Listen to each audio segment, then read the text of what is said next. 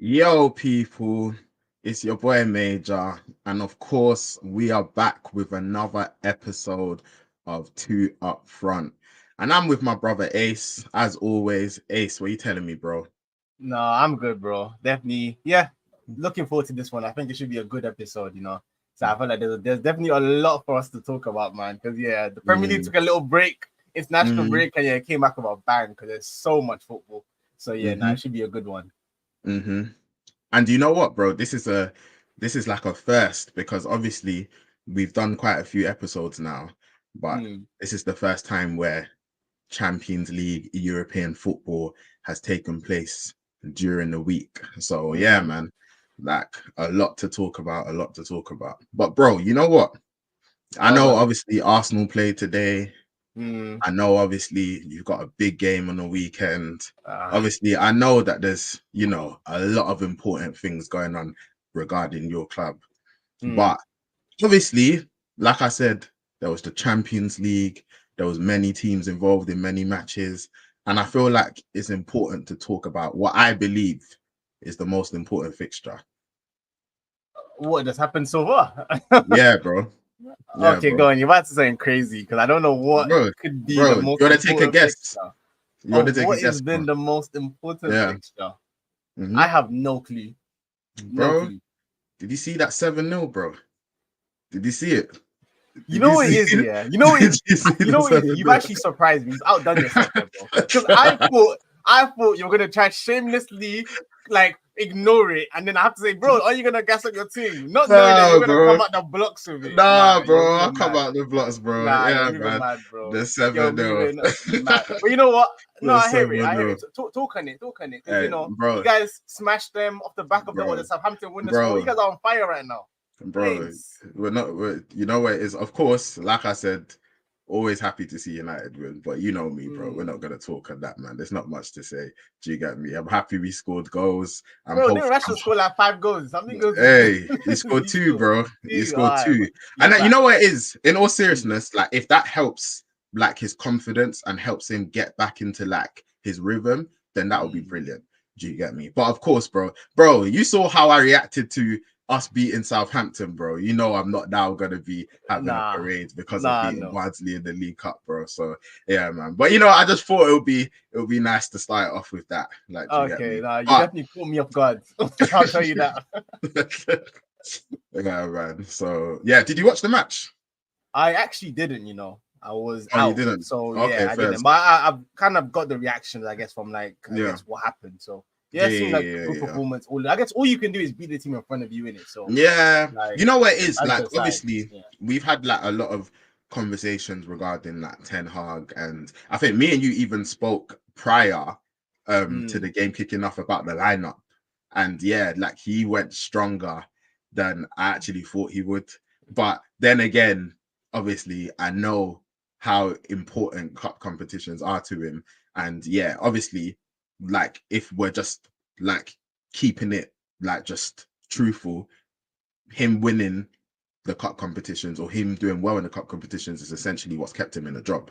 So yeah, he takes them very seriously. Which again, like as a United supporter, like fam, I love trophies. Like trophies are important. Winning silverware is important, but of course, like that can't be in exchange for our league form or in exchange for us failing in so many other areas. Do you get me? It needs to be a combination of the two.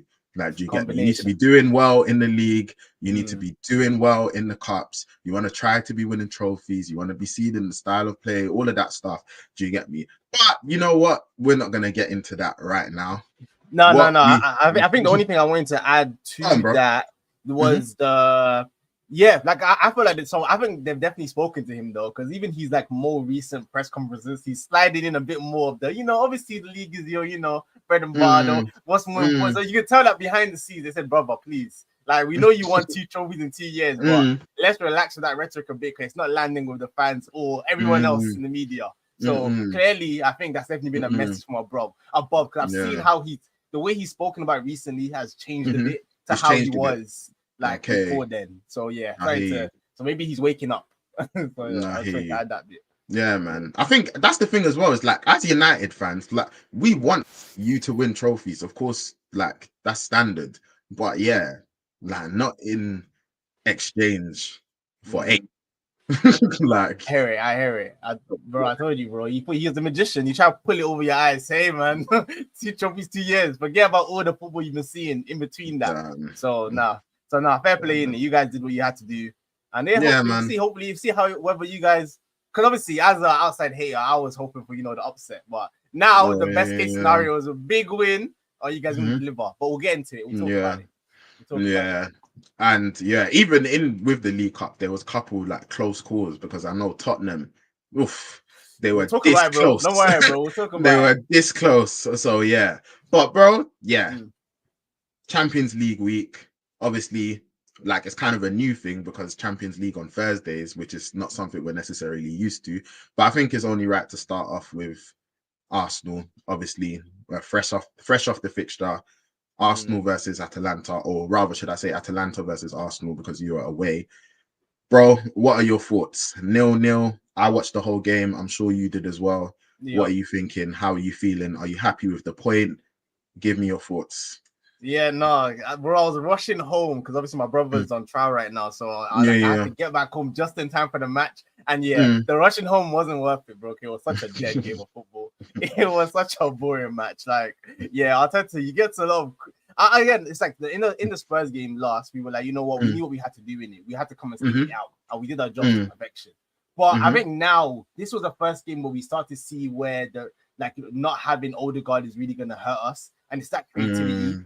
Like, I feel like it was... I think one thing now we can say that our defense is, like, back to cash money. Like, we know that we're stush. We're keeping everyone out. Like, understand? Don't try to come and see you think you can grab something from us. You're not taking it. So, I feel like from that point of view, it was a solid performance. I was definitely happy because, the old Arsenal, a team like Atalanta, we go and we drop points. We just lose this game. I think they just catch us out. But I think we had even though we weren't the most fluid going forward, we were solid enough defensively.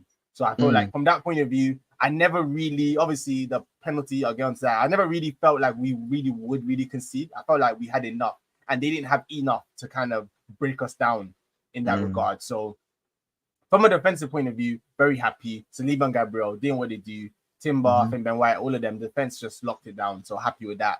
And then, man, that midfield, man, Partey, oh my God, bro. If I speak, I've been talking about this guy because when the African Twitter pages want to be reminding us, when he has one good game, this is the guy that you guys wanted to sell. I said, bro, man, I think he's done, man. Like, I don't know if you clock Arsenal, you watch us play, you see how often, whenever we get caught on a transition, you just look back and see who lost the ball there. And it's always this guy, bro. Like, he's so raw and rough on the ball sometimes. I'm just like a brother. Like, you played in Europe for how many years now? Can you please, like, clean up your technique? Like, so yeah, he just pissed me off, and then he added the cherry on the top of the penalty. Tried to lose us the match, even though he wasn't creating nothing, and you try even assist for the opposition. So yeah, I was really fuming with that one. And then the penalty, this Raya guy, because I remember there was so much talk when he came in, bro. Is he even better than Ramsdale? Everyone had such strong opinions on him. I said, bro, let's see what happens in it. Me, I don't know. I'm not a future, so let's see. And like removed from that situation now, that guy has been worth the whole 27 million that we paid for him, man, because he's been a great signing. That double save was ridiculous. Like it was similar to the Watkins chance, where again you think, I know the striker in their head, they just be, this is a goal. Let me just correct this kid, not knowing that my keeper's a madman. And he's gonna get off that floor, but you don't know what's pushing him. So fair play to him. He definitely was the reason why we also left with at least a point from Atalanta.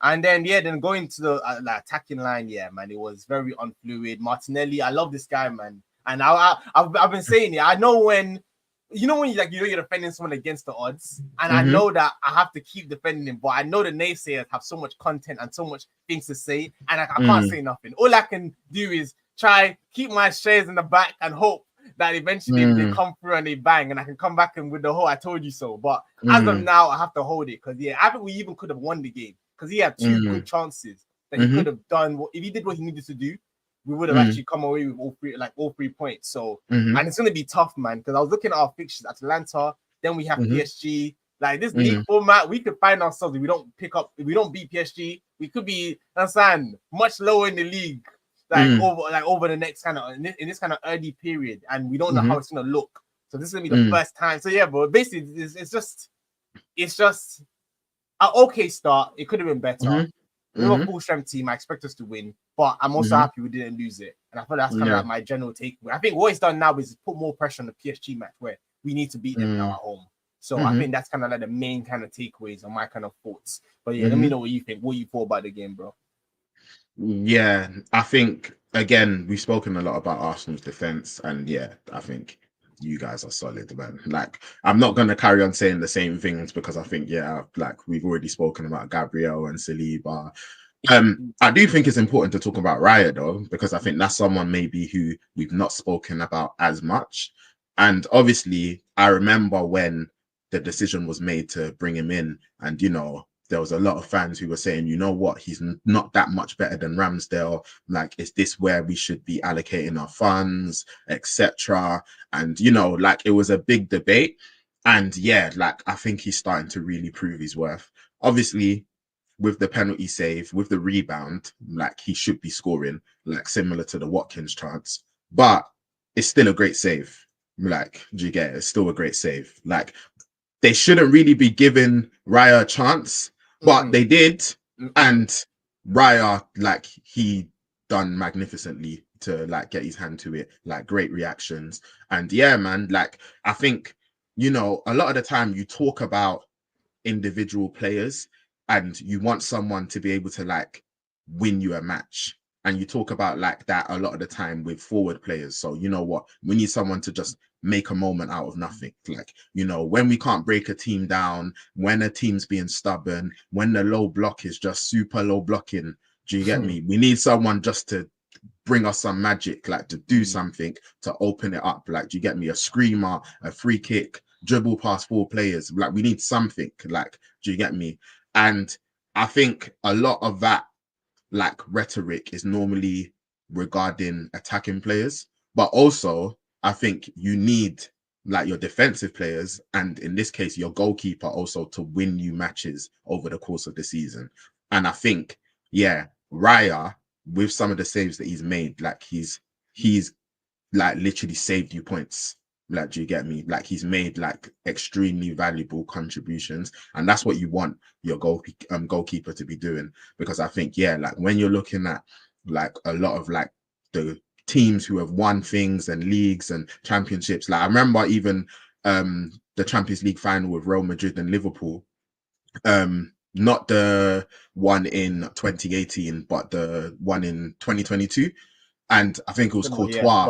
Courtois, that mad game. Who had a great game. Like, do you get me? A great game. And it's like, yeah, sometimes you need those performances again. Like, you look at Liverpool, I think Casemiro was mad in that game as well. Yeah, like, do you get me? Yeah, like sometimes you need like Alisson's had games. Do you remember that game, bro, when like United played at the Emirates and I can never forget that, bro. I can never forget that, man. You lot aren't scoring. Shall like, not pass. Like he was just putting off save after save. And obviously I've seen it with Van der Sar. Like obviously there was Petr Cech with Chelsea. Like again, keepers, they're so important. And a lot of the time, being a goalkeeper is such an interesting thing as regards to your job and your role to the team, because normally you're thinking, hey, you know what? If our defense is doing our job properly, we don't want you to be that busy. Like, do you get me? We actually don't want you to be that busy.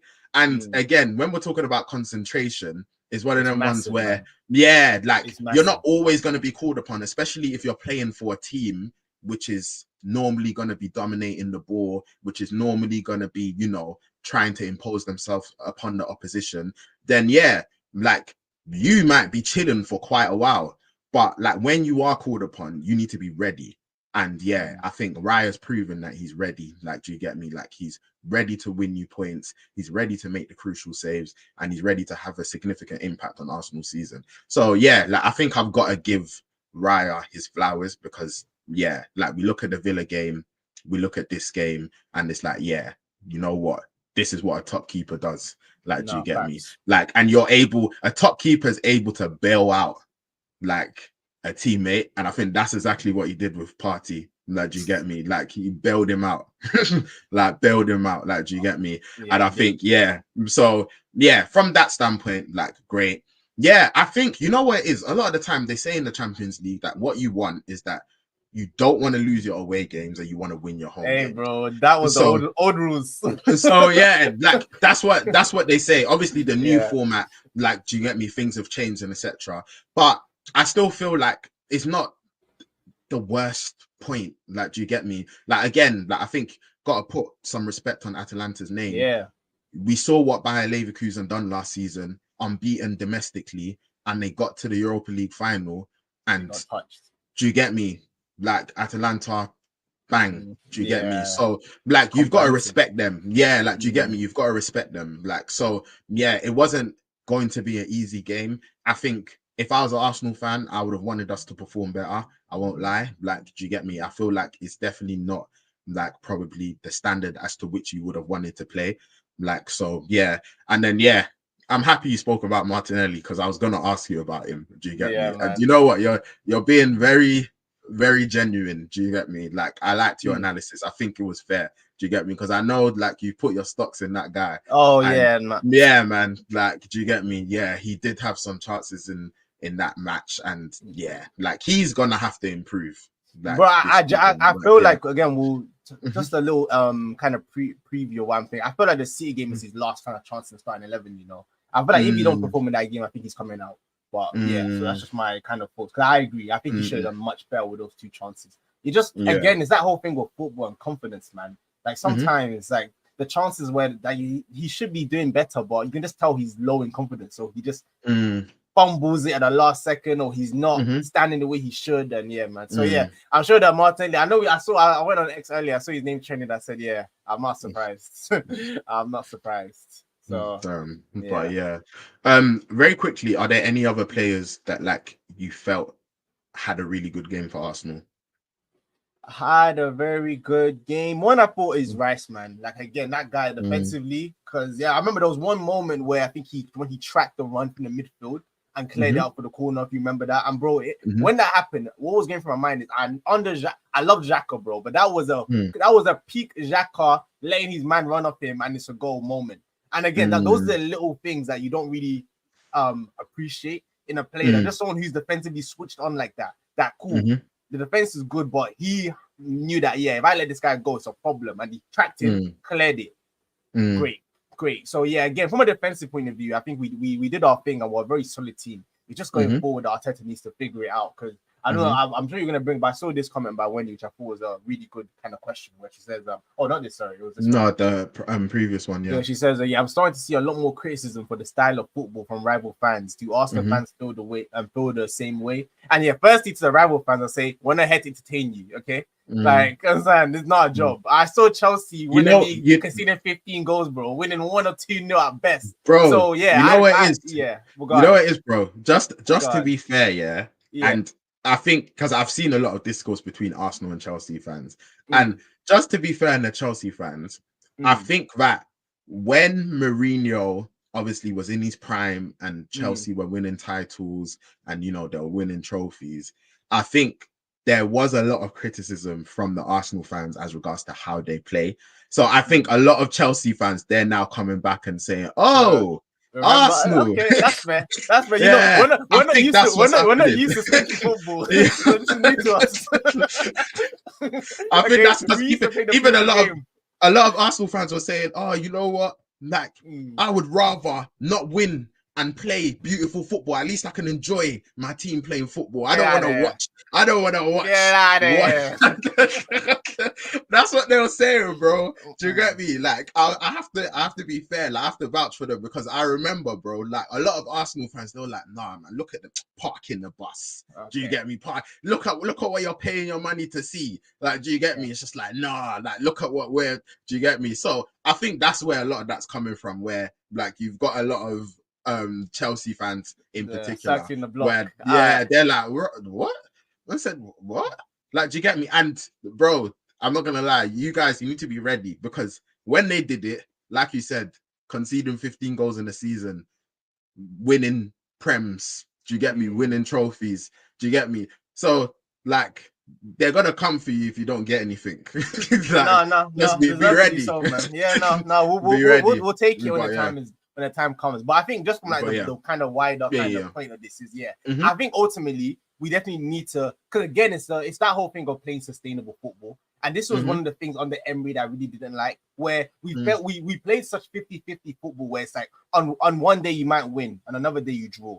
And I think what City and Liverpool did when they were running up 90 plus points is they don't play 50-50 football. They dominate the game. They make more than enough chances. So eventually they'll get the goal. So I feel like that's where the balance needs to come, where we definitely need to do a lot more going forward, because eventually it will catch up with us. But in general, I'm not mad at it, man. Like, bro, it's kind of, I think we were talking about I think on a previous stream, but that whole thing was my experience being an Arsenal fan, bro. I remember I'd look at teams like Brentford, Palace, go away to Etihad, go away to the Anfield, and leave with a respectable point. I'll see Arsenal go there and get slapped up, go trying to play good football. I said, no, I don't want to see good football, bro. Please, let us respect ourselves away in these kind of big games. So I also appreciate the fact that we are this defensively solid team. It's just about getting the balance of also making sure we're doing enough going forward. But in general, I'm not mad at it as long as we continue to pick up points. But again, it's risky, is what I would say. Like in terms of answering that question, is kind of my kind of thoughts. So, and like I think with me personally, I think sometimes you've got to switch it up. Like with me as a fan, I don't see any problem with that. Like I saw some great football under Fergie, and I also saw him like decide to completely change his tactics for certain games. Like I remember in 2008 where we faced Barca in the Champions League semi-final, bro. We had Ronaldo, we had Rooney, we were sitting. Swear. We were sitting. I hear it. We said we're getting through. We're getting through this time. I hear it. Like, do you get me?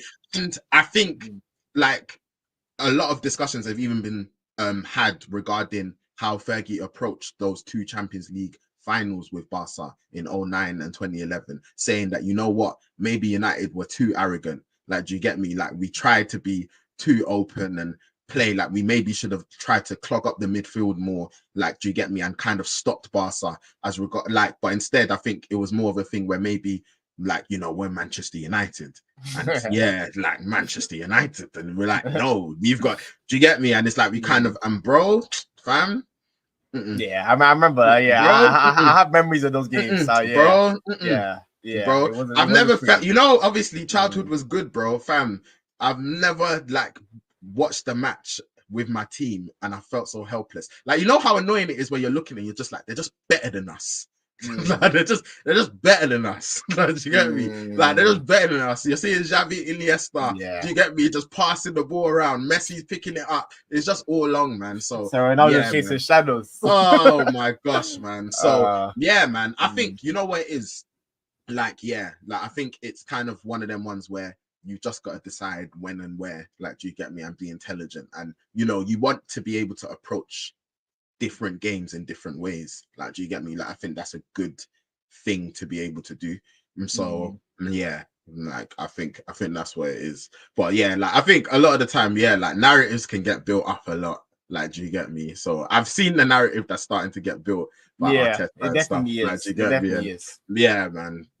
So but bro, very quickly, like I just wanted to talk about a few of the other Champions League fixtures before we do get onto obviously the big game in the weekend, City versus Arsenal. And man, bro, like I watched the Villa game, and again I was thinking, what a time to be a Villa supporter. Like, you go away, Champions League, you've not been in the competition for so long, and to be able to win 3-0, they even had, you know, a couple disallowed goals as well. And like to be able to get that result, like that must feel great for them. Like, do you get me? And obviously I think Villa, it's kind of nice how the draws worked out, because they've got like a lot of the quote unquote maybe easier games away, and then they've got like the quote unquote bigger games at home. Like, so like I think a lot of Villa fans are happy with how that's worked out. And I think the next one for them is Bayern. That should be a good game. Yeah, Bayern at home. So yeah, we saw what. Do you see the result with Bayern? Yeah, they're taking the piss, man. Yeah, no, but yeah, they're taking the piss. They're taking the piss, bro. So yeah, I'm looking forward to that to see how Villa match up against Bayern. Yeah, that's gonna be a very, very tough match. Because we have both teams. Yeah, that's what I was saying. I think that's what I guess kind of last point. Sorry, on the Arsenal. I think what made it feel like like it's a good point, but could have been it's because I'm seeing what these other teams are doing, bro. Teams are goal difference in people. Like they're trying to get as many goals as they can because they know that where that puts you in the league can be massive in finishing that top 8. So I think that's what makes it disappointing. To at least not get the 3 points and then also not build up when I'm seeing teams like Bayern go and get a +7 GA. Like it's ridiculous. So goal difference. So yeah, I just wanted to add that. Yeah, but yeah. And yeah, quickly moving on to another fixture. Liverpool 3-1 against AC Milan. Hey man, like again, I'm sure a lot of Liverpool fans will be really happy with that result. Like, do you get me? San Siro, like obviously, you know, a legendary stadium. And yeah, to be able to go there, especially after going 1-0 behind, do you get me, and turning it around, especially after, you know, what happened like in the Prem. Like I think it was important for them to, you know, quickly try and turn that around. So yeah, like I feel like they'll be really happy with that result. Do you have any thoughts on that, bro? When I look at Milan now, you know what comes to mind? Damn, homie. You was the man, homie. Bro, they're not the same team, man. Like, bro, sometimes they're not the same team, man. Like, bro, sometimes I look at Milan, bro, and fam, I'm not gonna lie, man. Sometimes I think of United, man.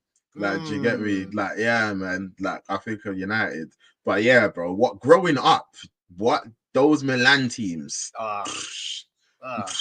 We're talking about. I was just talking about like 2008 when we beat Barca in the Champions League semi-final and we got through, and then obviously we won when we beat Chelsea in the final.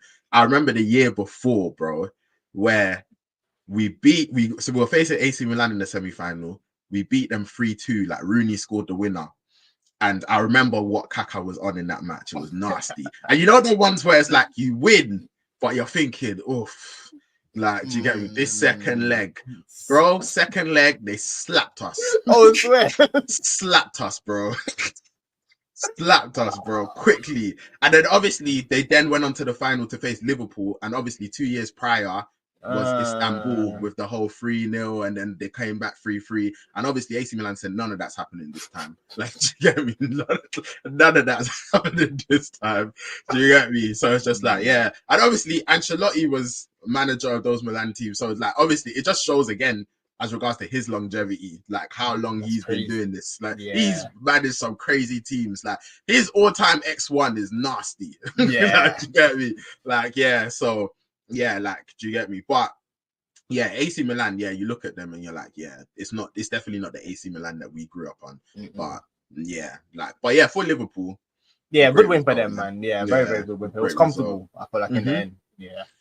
Hey, man, and also City, Inter, 0-0. Obviously, you know, it's rare. Hey, it's man. Rare. Know your company homework. You're looking over your shoulder.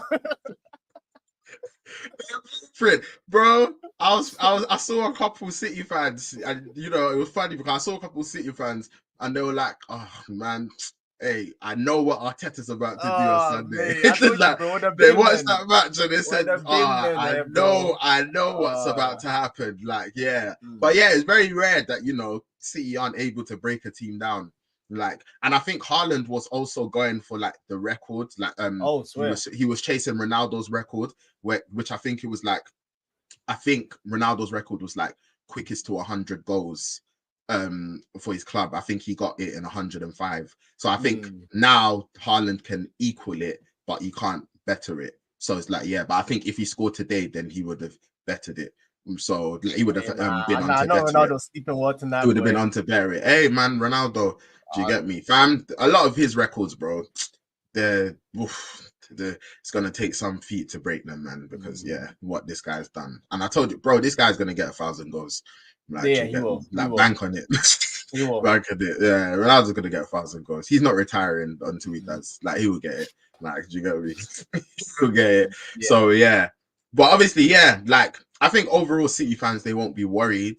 But yeah, it does kind of like just, make the dynamic regarding the game on the weekend a little bit more Bro. interesting. Yeah, man. So I hope City fans yeah, know they're not seeing good football in that stadium. Another game week. But yeah, yeah. we'll get into it. Yeah.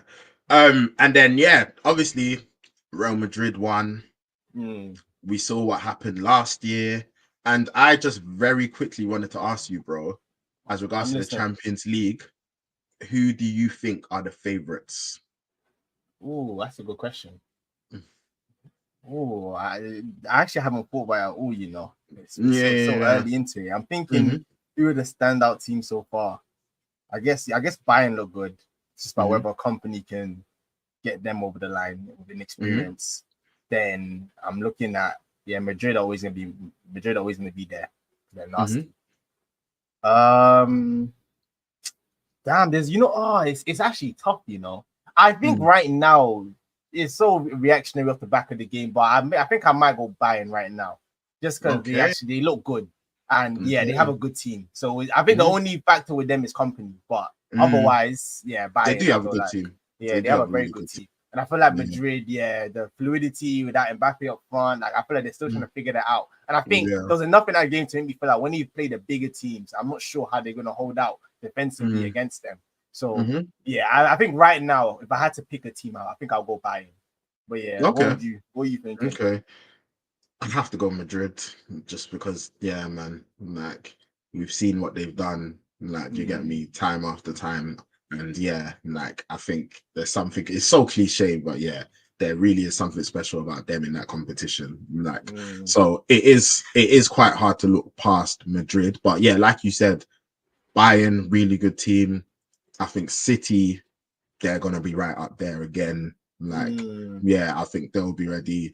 And like even like obviously you've got like a team like Liverpool where they've got good European pedigree as well. And if you're facing Liverpool at Anfield on a European night, like you get me, like things can happen. So I thought Liverpool, like teams like Liverpool, like they potentially could be dangerous. Of course, it should go without saying. I hope they don't. They need to get out as soon as possible. But like they can be really dangerous. And then obviously Arsenal, you guys got to the quarters last season.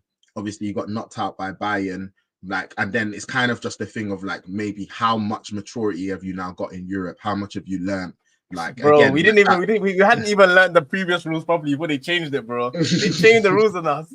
So boy, we'll see. Bro. But bro, so like it's gonna be like a good competition because I think you've got like a lot of teams. Obviously, even just generally like Leverkusen, who obviously they had such a great season. It will be interesting to see how they perform. Like, you get me? Like, like teams like Villa, like it'll be really interesting to see how they perform. Like, I feel like there's a lot of teams where it's just like, oh yeah, you know what? Like, it's gonna be good to see like what it is that you do.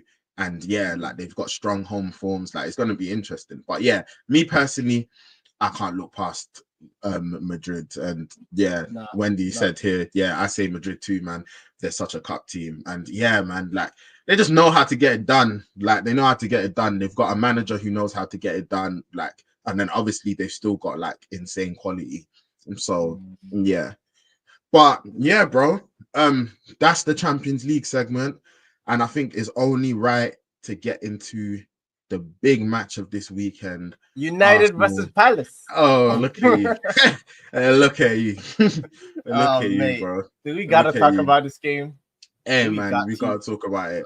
And you know what? I'm gonna give a few of my thoughts first. Do you get me? So it's like I'll give you a breather so you can just chill for a bit, because I know like there's a lot of nerves going into this fixture. So I'll give my thoughts on the game a little bit. But firstly, like, it's funny because it's actually a credit to what Arsenal have done that this game is so big now. Like, do you get me? Like, you're looking at this game and you're thinking, oh, like this can have a direct impact on the title. And like I remember obviously when United and Arsenal were going at it, like those games were massive. Then when United and Chelsea were going at it, those games were massive. And then you had United and City, and then obviously afterwards you saw like the whole City and Liverpool rivalry, and those games were massive. And I think now, like, do you get me? As regards to the title, like for the last couple of years, it's been these Arsenal City games, which are like, oh, like, do you get me? 1 and 2, like, do you get me? Like, who's gonna be able to get the edge? And I think this game is really interesting. And one of the main things that I want to know, and you don't need to say now, like you could think about it, but one of the main things that I want to know is, would Arsenal fans generally be happy with a point this time? And the reason why I say this is because obviously last season, head to head against City, you did very well. You beat them at the Emirates. Yep. You drew at the Etihad. 4 points out of 6. Yep. And I think a lot of people before the season would have took that. And then obviously afterwards, there was like, you know, some discussions regarding, like, should we have tried to get the win at the Etihad? Should we have given a bit more? Should we have took a bit more of a risk? And I think it was more so to do with the mental aspect of things. Like, so it wasn't just about the actual 3 points. I think it was more so of, beating City, especially at that time of the season, what would that have meant? What would that have meant for the Arsenal players? What would that have meant for the City players? Like, what would have been the significance regarding getting that result at that time? And there was a lot of discussions regarding that. And yeah, it'll be interesting to hear your thoughts, like where, you know, obviously because of some of the injuries and stuff, like, and going to the Etihad's a very difficult place to go to. Like, I think a lot of Arsenal fans could say and might say, you know what, we'll take the point, man. Like, yeah, like even though we are currently behind, we'll take the point, and then hopefully we can make it up as the season goes along. And maybe some Arsenal fans will say, you know what, if we can get this win, like what it will do for us, what it will do for our season, and what it will do as regards to being a symbolic statement, like it's massive. Like, so you know what, like we should be going to try and get all 3 points. So it's going to be interesting to see like how Arsenal approach this game, because with Tottenham, and I think you even said this, like even though like you weren't quite confident regarding the actual game, I think I remember you saying that you believe that Arteta will be telling these players that, no, you need to get the win here. Like, do you get me? So as regards to how the Arsenal team would be approaching it, like, I think, yeah, like you would be thinking, you know what, like, if they left with a point, even though there is injuries, it's not the worst thing in the world, but it's just like, nah, they'll be thinking, yeah. And it was maybe more so the fans that weren't confident and thinking, oh, you know what, like we are vulnerable right now, and you know it might get long for us. With this game, it's going to be interesting to hear your thoughts on like how do you think Arteta is going to approach it? Like, do you think Arteta will be telling these players, you know what, we need to keep things tight, we need to keep things disciplined, and if we get a point, that is a great point. Like, or would the attitude be, you know what, guys, we need to go and get the win. Like, we need to go and get the win. We need to make the statement.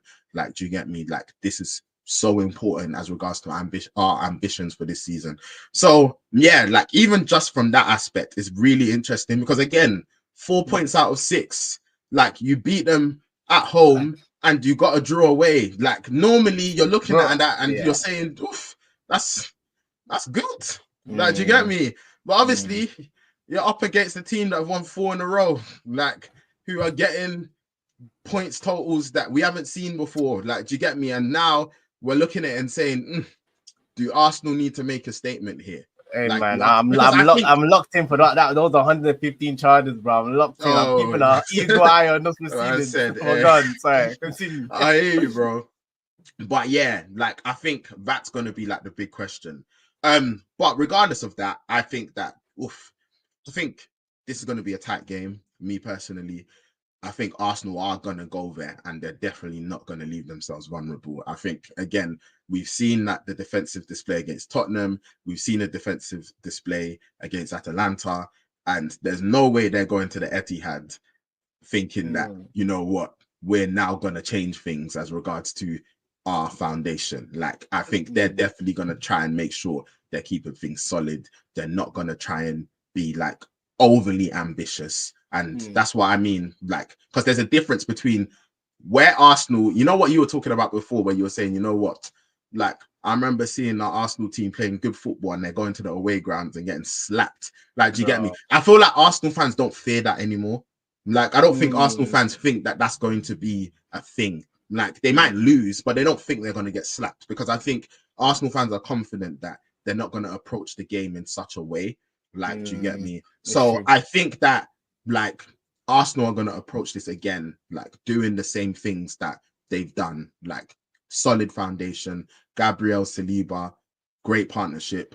We don't need to go over it again, because I'm getting sick of giving these guys praise because I don't like your team. So yeah, we're just going to leave it as that. You've got a great defense. Raya, he's showing what he's capable of. And yeah, like, defensively, you guys are really, really, really strong. And we've seen City have trouble against teams who set up in a certain way. And also, we've seen City also be sloppy themselves. And I think this is where Arsenal might look at it and think, you know what?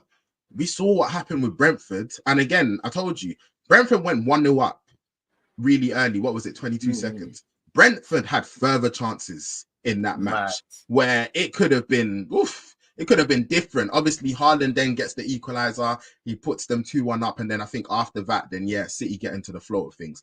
But Brentford had chances. Like, City were lacking. Like, and I've seen it this season, even when City have been brilliant, like, one sloppy moment here, concede a goal. Like, and I think we've both spoken about it. Like, sometimes it just seems that, like, are these guys bored? Like, do you get me? Do they need a challenge, etc.? But I think if you do that against Arsenal, that's completely different now, because you let that go in, and Arteta's going to look at Gabriel and Saliba and say, guys, you know what time it is.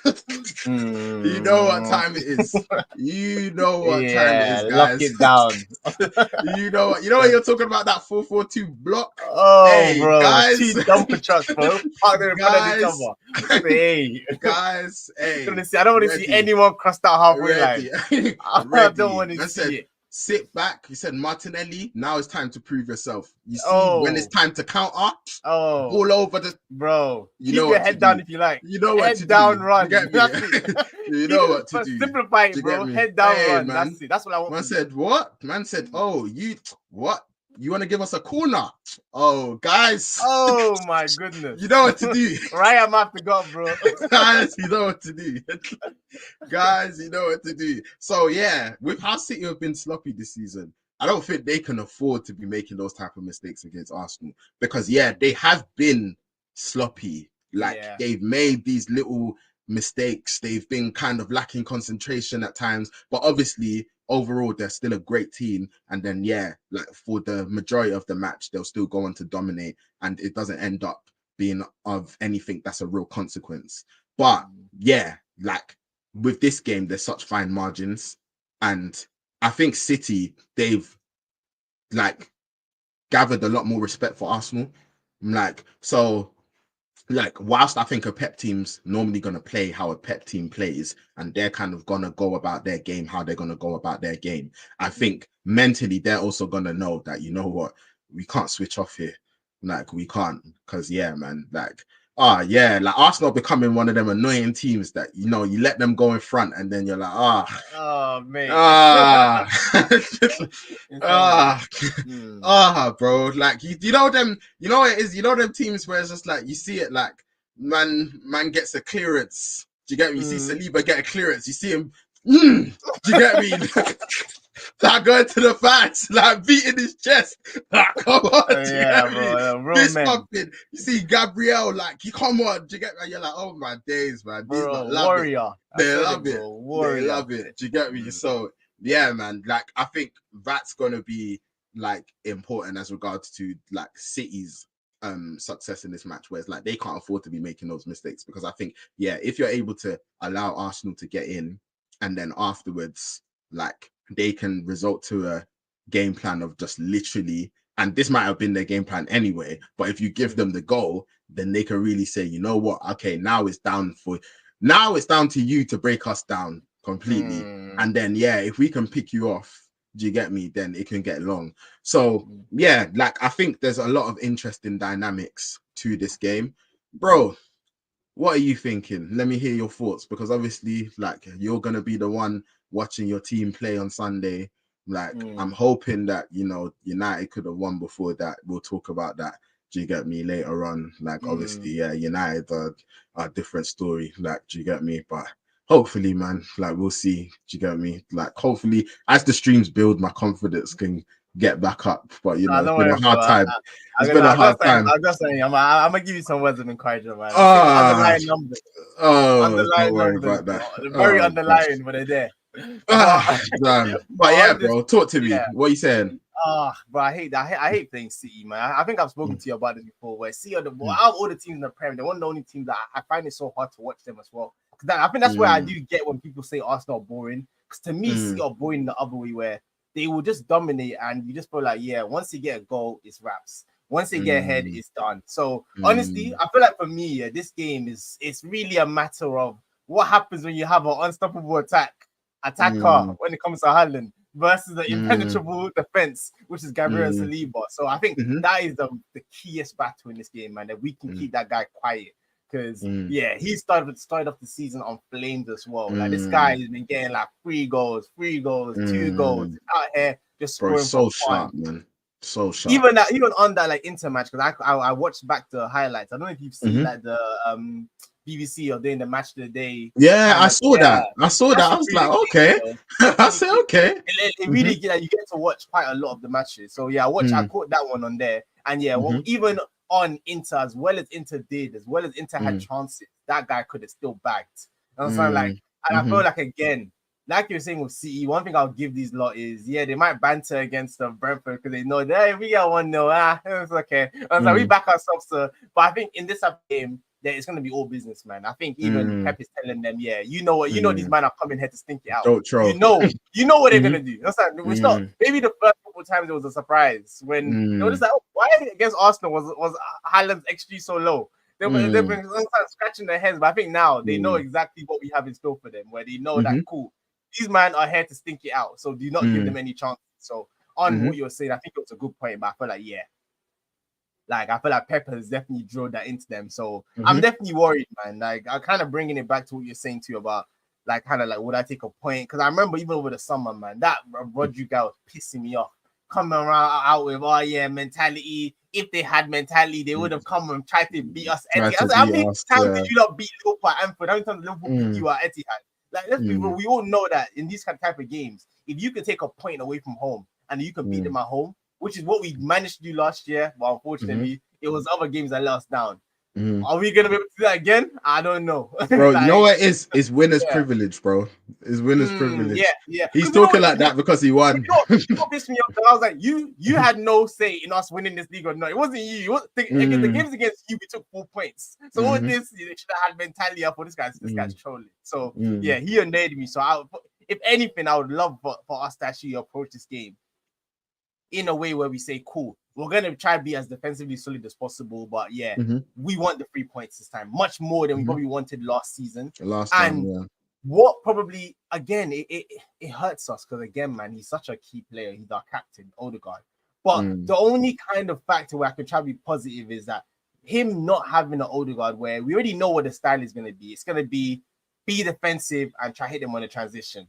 So maybe now with that kind of not needing to play like a midfielder, you have Rice, you have Odegaard, and like maybe now it's like he can construct the team more in a way where it's purely everyone else on the pitch is there to defend, and the only two man going forward are there to try hit them on the transition. Because like you're saying, we'll see, they have showed us this season, and probably for a while now, that they are very susceptible sometimes to those like transitions where teams kind of sit back against them. So if we're able to release a Martinelli on a break, release a Saka on a break, then it could really play dividends for us in this match. And again, this is why I always defend this Martinelli guy, man, where I say, criticize him. Rival fans can say Trossard should be starting. These are the type of games where Martinelli on fire, we want Martinelli in this game, man, because Trossard is not breaking away from anybody. So again, that's why I really want him to get that goal today. I think this is the type of game where he gets a goal today, and then against City, a bit more confident. if he gets his chance, he bags it. But now so that guy, would you rather have Martinelli start over Trossard? Yeah, I would, man. I would. I've always said it. I feel like this is Martinelli's last chance. I saw a comment from Wendy earlier where she says, I can't see Arteta dropping him so early in the season. He probably has a few more games, in my opinion. I don't think so, man. Knowing Arteta, I feel like even last year, Trossard has been banging on that door. I feel like this is the type of game where I can justify Martinelli one more time because of the threat of his pace in behind on the transition. But our fixtures turn after this City game where we're playing teams that we're going to dominate the ball against. And I've always said it, Trossard, where he comes alive is when we're going to be camped in the opposition's box and you want the ball to fall to Trossard in those moments for the shot. But if there's a lot of the pitch to cover, Trossard isn't your guy for those type of games, man. Like, I don't think he's your guy for it. Like, even today when he came on, I love Trossard. So it's not even like I'm trying to like down him. But I know what his strengths are. And I feel like this type of game isn't really his strength because we're not gonna give him the ball in the positions where I think he's the most dangerous enough to justify playing him, like unless it's later in the match. So that's why Martinelli, I feel like he has one more chance in this game. If he don't work in this game, I think from the next fixtures, Arteta will find it much easier to drop him because they will be games I think also suit Trossard better anyway. So I feel like that's kind of like my kind of like initial thoughts. But yeah, man. But my big worry in this one, bro, is like I said, it's the creativity, man. I don't know who Arteta is going to pair. Because obviously Rice is back now. I really hope he pairs Jorginho with Rice, man. Because I think Partey, the legs that Partey gives us, for how loose he is on the ball, that guy puts us under so much pressure. And against City, we cannot be giving them back the ball in stupid positions like he was doing today, or he has been doing for a while now. So I'd rather Jorginho to just be more safe on the ball, the out ball. He can play the Martinelli, the Sakas in behind. So he has that technical ability as well. Because we're definitely gonna be missing the creativity that Odegaard usually bring to us in this match. So that's why, all in all, kind of like when I go through it, I see the threat that City are. I'm like, cool. Can Steven Gabriel? Can he do it again? Can these guys back to back in 2 big games, or even 3 now, if they manage to actually go away and keep that clean sheet? But it's a tough ask, man. The City are an absolute monster. Like Haaland, I think Odin is just coming back into the team now. Rodri is still just getting back into full fitness. Savinho, I want to see who. I mean, it's going to be Tim, but to be fair, to shout out Tim up for this game, I think he played really well today, and I think he will do. I think that Savinho battle will be very interesting because I think I spoke about it going into the Spurs match last week where Brennan Johnson. I said this is the kind of type of player I need to see you lock him up because there's going to be much tougher positions for you, and he did lock him up. So I'm hoping this game as well, like when the level rises in like a Savinho type winger, he does his job. Like Ben White, I think he's been a bit sloppy recently, if I'm being honest. But I kind of said that I think Ben White struggles when there's not competition. I feel like when Tomiyasu is there, I think that's when we see the best of Ben White. But I feel like the last few games have been really, really sloppy. So I'm hoping Calafiori, who was on the bench today, him being back in the mix would now mean that Timber is now more of a threat to Ben White as well. So I'm hoping for a big game from him. But yeah, all in all, bro, it's gonna be very, very tough, man. I'm not looking forward to it. Your question to kind of end it, where you said, would Arsenal fans be happy to take a point in this one? I think they have to be, man. I feel like missing Odegaard is massive for us, man. Like he's our best player, in my opinion. Like technically, I think he's just our best player. So going away to a team as good as City without who is probably your best player, just there, I feel like it's a tough ask to go and then be demanding. I think what we're gonna do is like say, cool, we don't want to lose this match, but probably look back at last season and say we could have done a lot more going forward, which is what I did feel like watching last season's match too. Like I feel like we were defensively so, but I think even the chances that we had on the break, we weren't clean enough with it, so we didn't make that clean enough chances. So I feel like in this game is more of a cool do what we did last year, but be much more of a threat going the other way. It's kind of like my kind of thought. So yeah, go on, bro. What were you gonna say? I was gonna quickly ask. So, if Odegaard was playing, would that change your opinion?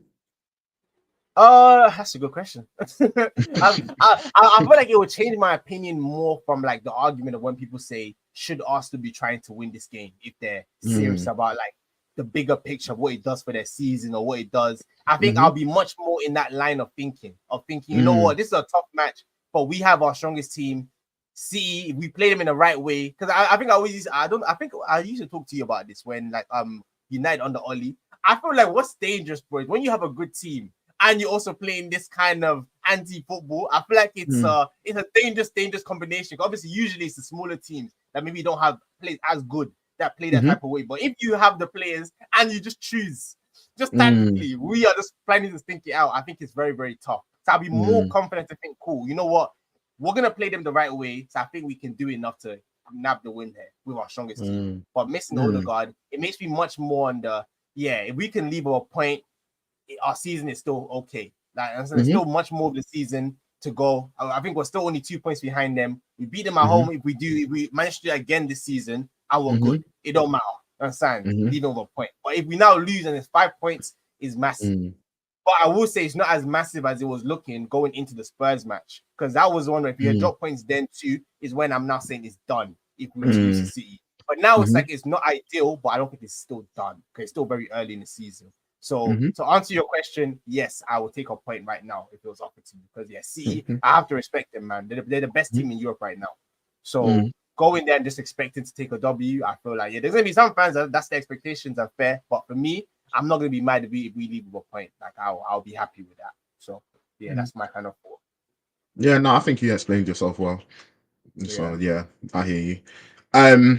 I think obviously you quickly touched on like some of the matchups. So like, I think I quickly just want to have a wider conversation regarding some of the key matchups in this game. So obviously Haaland and Gabriel Saliba, I think that's going to be like a really big element to this game. I think on one side you've got one of the best strikers in the world who has started this season absolutely explosively, like, and who just looks refreshed. He looks fit. He looks sharp.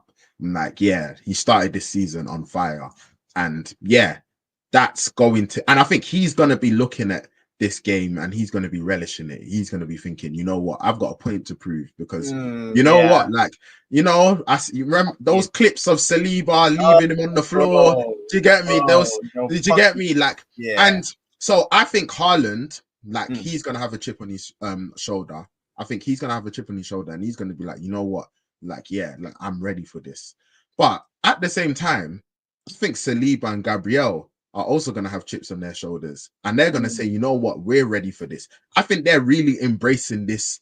We have the best defense, like, discussion. Like, they love it. And you know what, Saliba, and I'm not mad at it at all, because he is that guy. I like how he's talking recently.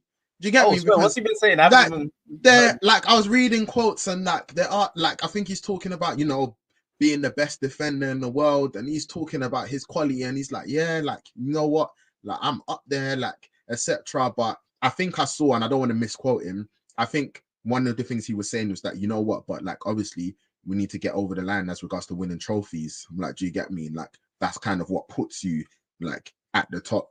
So it's like, but he's someone that looks to be extremely confident in his ability. Like, and I think he's someone that relishes matchups. And I think Gabriel relishes matchups as well.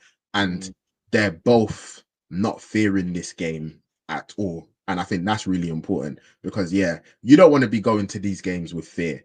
Like, I think a lot has been said. Like, a lot has been said. People used to talk about, being in the tunnel at Highbury, and teams have lost before they've even kicked the ball. You get me? Yeah, they look at Vieira, they look at Henry, they look at Perez, they look at Campbell, they say, oh Lord, they said this is looking long. Like, nah. Do you get me? Like, teams come to Old Trafford, they're looking at Keane, they're looking at Fergie, they're looking at, later on, you're seeing Vidic, you're seeing Ferdinand in the later teams. Do you get me? Like, you're seeing all of these players and you're thinking, oof, like, it's going to be a long day. Like, do you get it? So I think, like, that element of things has been removed from Arsenal. Like, do you get me? I don't think they're going to be in the tunnel scared. Like, do you get me? I don't think they're going to have fear. Like, I think our away record is ridiculous. It's nasty. What is it like? Is it like played 11, 1-10, drew 1? Yeah, like, something like 2024. Something like that. Something like that in 2024. Like 3 goals or something. Like, it's nasty. It's ridiculous. It's nasty. It's ridiculous. That's almost going to be a full year, if we make it to December. I think our last kind of away loss was like December last year, or December this year. Last year. So it'll be crazy. We actually managed to keep that going until then. So Yeah, no, like what you're saying. Yeah, our defense, it's definitely serious business, man. And I know they're gonna respect us as well, like you were saying too. I don't think it's also the days where Arsenal coming around and just like, yeah, man, small. Even Rodri as well, man. This is also why sometimes if we get something, sometimes don't talk too much because he was doing a lot. Even during, I remember when they were doing the Ballon d'Or celebrations, and again, it still had to make sure he was throwing in some jabs in there. So I'm hoping these man remember everything that he was saying. Rice is looking at him saying, "Cool, say no more." So yeah, it's gonna be a big game, man. So let's see what they can deliver. But definitely. But yeah, matchup wise, like I think that Haaland versus Saliba and Gabriel, I think that's going to be crucial to the outcome of this match. I agree. The interesting thing about Haaland is that like you can have him locked down for the whole game, but he only needs a moment. Like that's his thing. Like Haaland doesn't need to have loads of touches on the ball. Like, do you get me? So it's like when you're playing someone like him, like your concentration needs to be sustained throughout the whole match because he's not looking to get the ball at the halfway line, pick it up and start beating 4 or 5 players. Like I think we spoke a lot about Kane, like especially for England. And sometimes the problem is that he's trying to drop deep and he wants to get involved. Like, we saw how he was like so effective under Mourinho, where, like his range of passing was on full display and he was setting up Son. And, like you saw all of the different qualities that he has. I think with Haaland's very happy to let those City boys do what they need to do. And he says, you know what? Do what KDB, Foden, Rodri, do what you need to do. Yeah. Shout me when it's that time. Shout me. I'm here. Shout me. Said, when is that time? Do what you need. I'm going to be over here. Do you get me? So you do what you need to do. KDB, again, folks, do what you need to do. I'm not going to be out here trying to get in the way. Do you get me? I hear it, man. You see when it's time in that penalty box, just shout me. I'm ready. Like, do you get me? I think that's Haaland. So it's like sometimes he can be quite an awkward player to play against because, like, you might actually not be seeing him on the ball that much. Like, do you get me? Like, he's just going to be there. Like, he's going to be making these runs. Like, do you get me? He's going to be occupying these positions. And like, he just needs a moment. Bang. Like, so but again, I think Gabriel and Saliba, they're going to be relishing that matchup. So so I think that's going to be interesting. Obviously, the midfield battle, we've spoken about Rice, we've spoken about Rodri. There's been a lot of comparisons between the two, and like I think we both would agree that Rodri is the better player. But like I think, sorry, bro.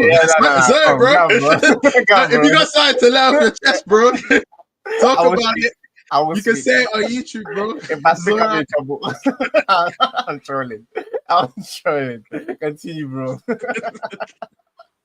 I love my guy. I can't be that shameless. Hey, just another developer said lies. He said lies. He said, Rice over Rodri. He said Rice over Rodri. He said lies. He said Rice over Rodri. I hear it, bro. Bro, you need to come on screen so you can see you, bro. Say that. Say that on camera. I said you're anonymous.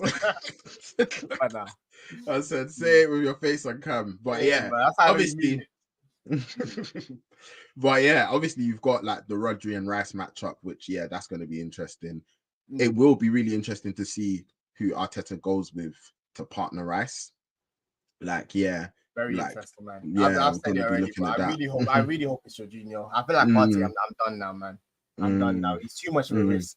I feel like too much of a risk, and this is also why I'm so sad that Marino's out, bro. We have the makings of the stinkiest team, bro. That's a Rice Marino midfield too. Oh my god, So it's just unfortunate again. That's a really big miss for us in this game too. So man, if we can just get over this game, that's what I said. The point too, it keeps everything alive. Fixtures turn a bit. If we can just get over this game, like with the point, I feel like it will be a very good result for us, man. Because it's been a very tough start to the season. Coming off the back of it, only 2 points off City. I won't be complaining if that's what the case is. So tough match. Hold on, what did you say? Sorry. No, I said that if we at the end of this match are only still 2 points off City, then I won't be complaining. Because is it 2 points we're behind them now, right? Okay, yeah. 2 points. Yeah. Okay. 2 points. Yeah. Still just 2 points. Okay, yeah. That makes bro, sense. I was thinking is my match wrong? No, yes, yeah. Yeah. I draw is 1 point, right? Yeah. yeah, it is. But yeah, like I think you just lagged a bit, and I was just like, swear. Like, yeah. And I wasn't exactly sure what you said, so I thought like you switched it up and saying like you're ready for the loss. Like, I mean, you. I thought you were saying let's just at the end we'll keep it moving. Even I said, bro, what's going on? Hey, man, come on, that's not my bro. mentality. I said, bro. I said, please. Please. I said, no, you just beat your rivals the other week, man. bro. Like, do you get me? Yeah. It's just like, fam, don't make me have to remind you about your team again, bro. Like, do you get me?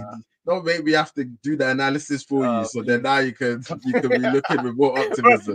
When you were speaking confidently earlier, this guy's trying to drop a shoulder on me. Oh, run ahead and say, I'm not gonna win this. That tell me how susceptible City are. I think I'm not onto you, hey man. Bro, I'm on my toes, bro. I'm just analyzing the game, bro. Yeah, I have to do fair analysis. Yeah, right. You get me? Yeah. So we're gonna get into the prediction very shortly, but yeah, like.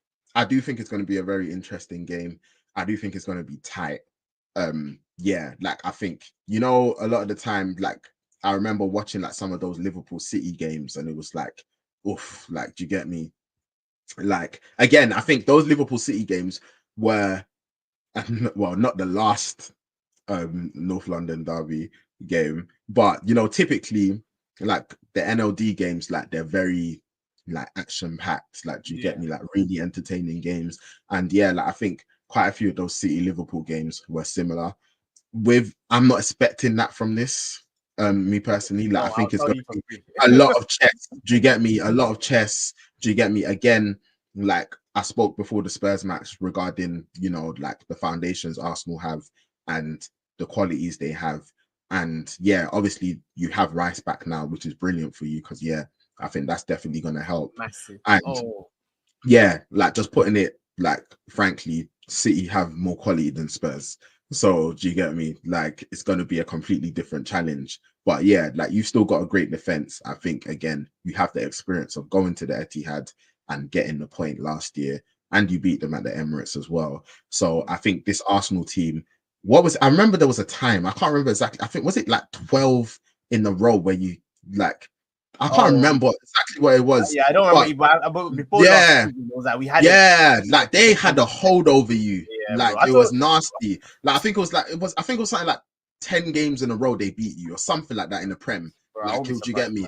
Something like that. Like I can't remember what the exact stat is. But like they had a hold over you, and I think that mental block has gone. So I don't think that's like a thing anymore. But it is early in the season. I think a lot has been said regarding this fixture and what it means, but ultimately it's still early in the season. So like I think Arsenal are definitely not going to try. I think Arsenal are gonna try to make sure that they don't lose this game. Like, do you get me? So I think they will definitely operate on the side of caution. Like I think that's how they're gonna set up their team. Like I think they're gonna be very solid, very resolute. Again, in some ways, very similar to how they approached the Spurs game. But I think with this game, they're probably going to be like more cautious as regards to they know what threat City carry. Like, do you get me? So it's like, not to say that they didn't know what threat Spurs carry, but I think, like the City's a different level. So I was gonna say that too. Like even in the Spurs match, as good defensively as we were, there was still like, do you get me? In that moment, it could have been a goal. So I feel like see, we give them those same moments, it'll be curtains, man. So that's why that Rice coming back is massive because that Jorginho Partey partnership at the Etihad. Even when you said just the thought of it actually gives me shivers, bro. So thankfully Rice is back. So at least we have some like legs be back in that midfield. It's just about who he partners. I think he'll go Partey, but I hope it's Jorginho. So we'll see what Arteta does. Okay, that's fair enough. But bro, let's get into the predictions, man. So what are you thinking for this match? Mate, this is Yeah, I've gone for. Let me never do any suspense, bro. I've gone for 1-1, like 1-1. Man. Like I just said, yeah.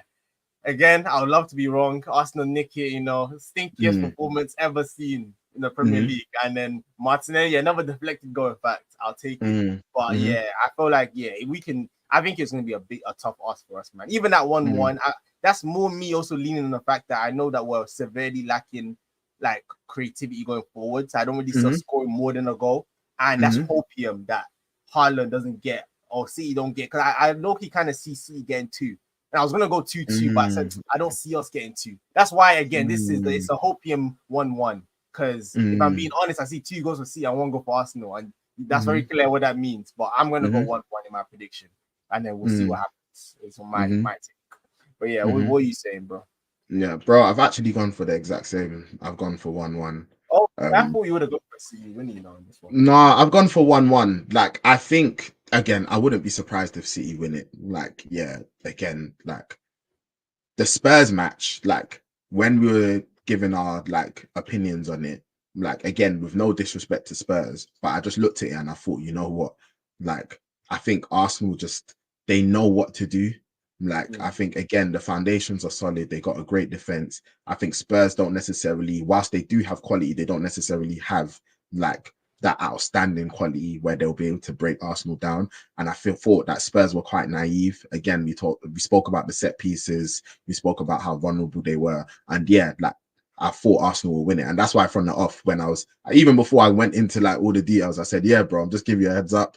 I'm not even just saying this for the sake of saying this. I genuinely think Arsenal are going to get the win, which they did. With this game, again, I think a lot of the same things that I discussed as regards to Arsenal still stand. So you've got a great defense. You've got a great centre-back pass and partnership. I think Arteta's going to approach this game sensibly. I don't think he's going to be naive. I think he's going to be very disciplined. And I think that Arsenal team, like, they're going to go to the Etihad and try to do a job. But also, on the flip side, you're facing a different level and a different quality of opponent. Like, and when we're talking about like moments and stuff, like I think City are capable of doing things where it's just like there's not much you can really do. Like, do you get me? Like, they're able of like doing things where it's like, oof, yeah, there's not much you can do about that. And yeah, like Haaland has started the season just on flames. Like again, KDB, Rodri, Foden, like they've got so much. Like, do you get me? Like they've got so many threats where it's just like I'm looking at it and I'm just like, oof, yeah, it's difficult. But also Arsenal, again, we spoke about their away record, like the last performance. I think like you've got a lot of confidence. So I've said draw. Like I've said draw. Yeah. Like I've said, you know what? Like I think in this match, like I would be really, really, really impressed if you were able to stop City scoring. Because I think again, like this is a different level of opponent, and I think that's a very, very difficult task. I think you've got a great defense, and I think you're going to make things very difficult for them, and it's definitely something that's possible. But yeah, like the confidence that I had when we were talking about the Spurs match isn't the same confidence that I have when we're talking about this match, like because of the level of opponent. Like, and I think Pep, like, yeah, he's gonna be drilling it into his play. Because you know, when we spoke about how's Arsenal gonna approach this? Like, what's Arteta going to be saying to these Arsenal players? Are they gonna be looking in it and thinking this is a good point to have? And there's a lot of arguments as to say, you know what, it's early in the season, like we're missing our captain, this would be a good point to get, etc. As regards to Man City and Pep, I have no doubt Pep is looking at this match and saying we need to win. Like, do you get me? They're trying to win. Like, they're not playing I for love my team. Yeah, they're not playing for those. I hate listening to Pep talk, man. They're not playing to draw. Like, do you get me? They're going for the win. Yeah, they're going for the win. Like, do you get me? Like, that's how they're approaching this. They want to knock all your confidence out of the window. Yeah, they want to kill us off. That's what they want to do. They want to knock, what? 5 points? It'll be 5 points. Already, like they want to knock your confidence out of the window. They want to be getting that win. Like, that's how they're going to approach it. I think definitely if you're looking at the two teams, and if the question was asked that who would be happier with a point, it's definitely Arsenal. Like, definitely. So yeah, I think Arsenal would definitely rather have a point. I think if City have a point or like leave a point, I think they're going to be really disappointed. So City, I think they're going to go for the win. Like, and I think, yeah, like they're going to try and create opportunities. And yeah, like I think they are going to feel like, you know what, we're at home, we're the defending champions. And I think they genuinely feel like they're better than you guys. Like, do you get me? So it's like, I think they're going to approach this game and say, yeah, you know what, we need to get the win. I think Arsenal will definitely be happier with the point. I agree. I think when you've got the foundations that you've got, then like the win is never off the cards. Because yeah, if you can keep things tight and you can keep things solid, and again, you've got a great defense and you put in a great defensive display, then you're capable of getting a goal. Arsenal definitely have the quality to get a goal and, you know, keep things tight at the back. So yeah, like Arsenal will be looking at it and thinking, you know what, this is in my opinion, I think they'll be looking at it and thinking, you know what, we need to make sure we don't lose this match. And if the opportunity comes where we can win this match, make sure that we take it. Like, I think that's kind of how they're going to be approaching it. Like, you know what, we need to, first priority is don't lose. Then it's down to moments. And if we can win, then that would be great. If we can't, then I think they'll look at it, you know what, all things considered, we're not mad at the point. Like, do you get it? So it's like, yeah.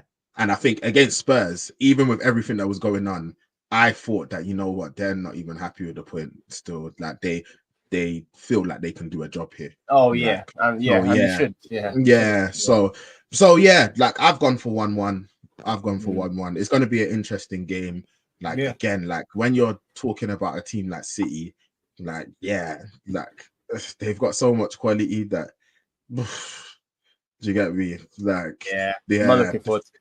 Yeah, like you don't want things to go left. Like, you don't want. But again, I think Arsenal, you've got the experience. You're gonna try and approach this game like in a similar way. Like, you're gonna be tight at the back, like put in a good defensive display, and then it's kind of like, can your great defense like get one over their great attack? Like, do you get me? What was the analogy? Unstoppable attacker versus the impenetrable defense. Yeah, or like, what is it like? What's the thing? It's like when a unstoppable force meets an immovable object. Yeah, I think that's it. Like, unstoppable force against an immovable object. But it's like, So I think, City, like, they're going to be looking at this game again. You saw how Rodri was speaking, and I think he's going to be thinking, you know what, man, we want to get one over them again. So they're going to approach this game and say, you know what, we're trying to make sure that we make a statement. Like, we are the defending champs. We've won 4 in a row. We're trying to win 5 in a row, and they're just not better than us. Like, they're not. And I think Arsenal, they're going to look at it and say, you know what, we've got the best defense in the league. We don't care about, you know, Haaland and like De Bruyne and Foden. We respect them, but we're not scared of them. Like, we're not going to approach this game with fear. And we also believe in our players. We've got Saka, like, we've got your Trossards, who, like you said, may not necessarily start, but if a chance does fall to him in the box, he can take it. Like, and again, like, we've got our ways. Now Arsenal, they've got like their arts. You don't want to see us get a corner. You don't want to see us get a free kick. Their fans turn around. What, fam? What? Like, do you get me? You know where it is? You know what? You know, Arsenal, it'll be funny if Arsenal turn, you know when you were playing those teams, and it'll be interesting to see like if Arsenal ever go this far. But you know when you're playing those teams in like the bottom half of the table, where it's like they have a free kick quite far out, and the normal thing to do is just pass it and keep it moving. But they say no, guys. Bro, they say, line up. Everyone get up. We're launching. It's an opportunity. Oh, mate. I can't lie. In this run about what we might become that, bro. They said we're launching. Man said, what? You thought we were going to take this quickly? No, we're breaking up the play and we're sending the big men up front. That's what we're doing. So Marino, what? Rice, Havertz, back post. Hey, Gabriel, Saliba. I said, who's gonna? I said, who's gonna block the keeper? Who's gonna be the blocker? They said, hey guys, you know what to do. Cause havoc. Could you get me? They said, we're gonna try and make the most of. The ball bounces, send it back in. Send it back in. Man. Nah. So but overall, again, like it's a credit to Arsenal how like significant this game feels because you know, like it was only a few years ago, that we wouldn't be talking about this game in this context. We wouldn't be talking about it as a game that's gonna have a significant impact on the title. Like, do you get me? So it's a credit to how far you've come. Supposed to for us, bro. These men are going to through not first half and they say, let's allow them. The game is over. The game is over. It's only when we tried this side that they'll give us another 2. They say, what? Don't be cheeky. They say, what? You try to score. Do you get me? We've come a long way, man. A long way. But man, we'll be back to talk about it. And like, gonna be a really interesting game. And I earlier mentioned that I hope that my team has done the job prior to that game. And obviously, Manchester United face Crystal Palace at Selhurst Park, 5:30 Saturday.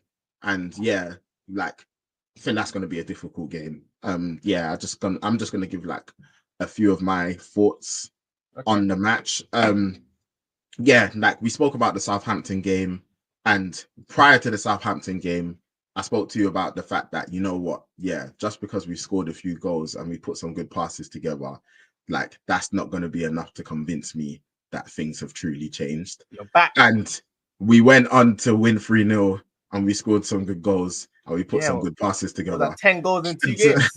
And hey man, 7-0, you know, do you get me? It's great. But like that game was never going to be enough for me to think, oh, you know what, like United are back, etc. Like, again, it is Southampton, with all due respect. Like, they're going to be looking at this season hoping to stay up, and like our ambitions are different. So there's not so much like I can read into that game, but of course I'm happy that we got the win. I'm happy that we scored goals. I'm happy that Rashford scored because I think that was really important. And like obviously we had the banter regarding, like, you know, the 7-0 Barnsley win. But I do actually hope that those goals that he scored does, like, help his confidence, because Rashford's such a confidence player. Like, he's such a confidence player. Once he gets his confidence back and his swagger, then all of a sudden, like, things start to click for him. So we're hoping that that could be the case. But I think we had the Brighton result, we had the Liverpool result, and obviously we got the win against Southampton. And I think I told you that, Ten Hag, like, he needs to be looking at, before going to Villa Park, he needs to be looking at getting a win at Southampton, getting a win at Crystal Palace, and then beating Spurs at home. Like, that's what he needs to be looking at. And I'm not saying that it's going to be easy, but like, after the start he's had, like, like, he needs to be doing that. And you've beat Southampton. That's one off the list. Crystal Palace, I think they are a team that can cause a lot of trouble. Like, again, Selhurst Park.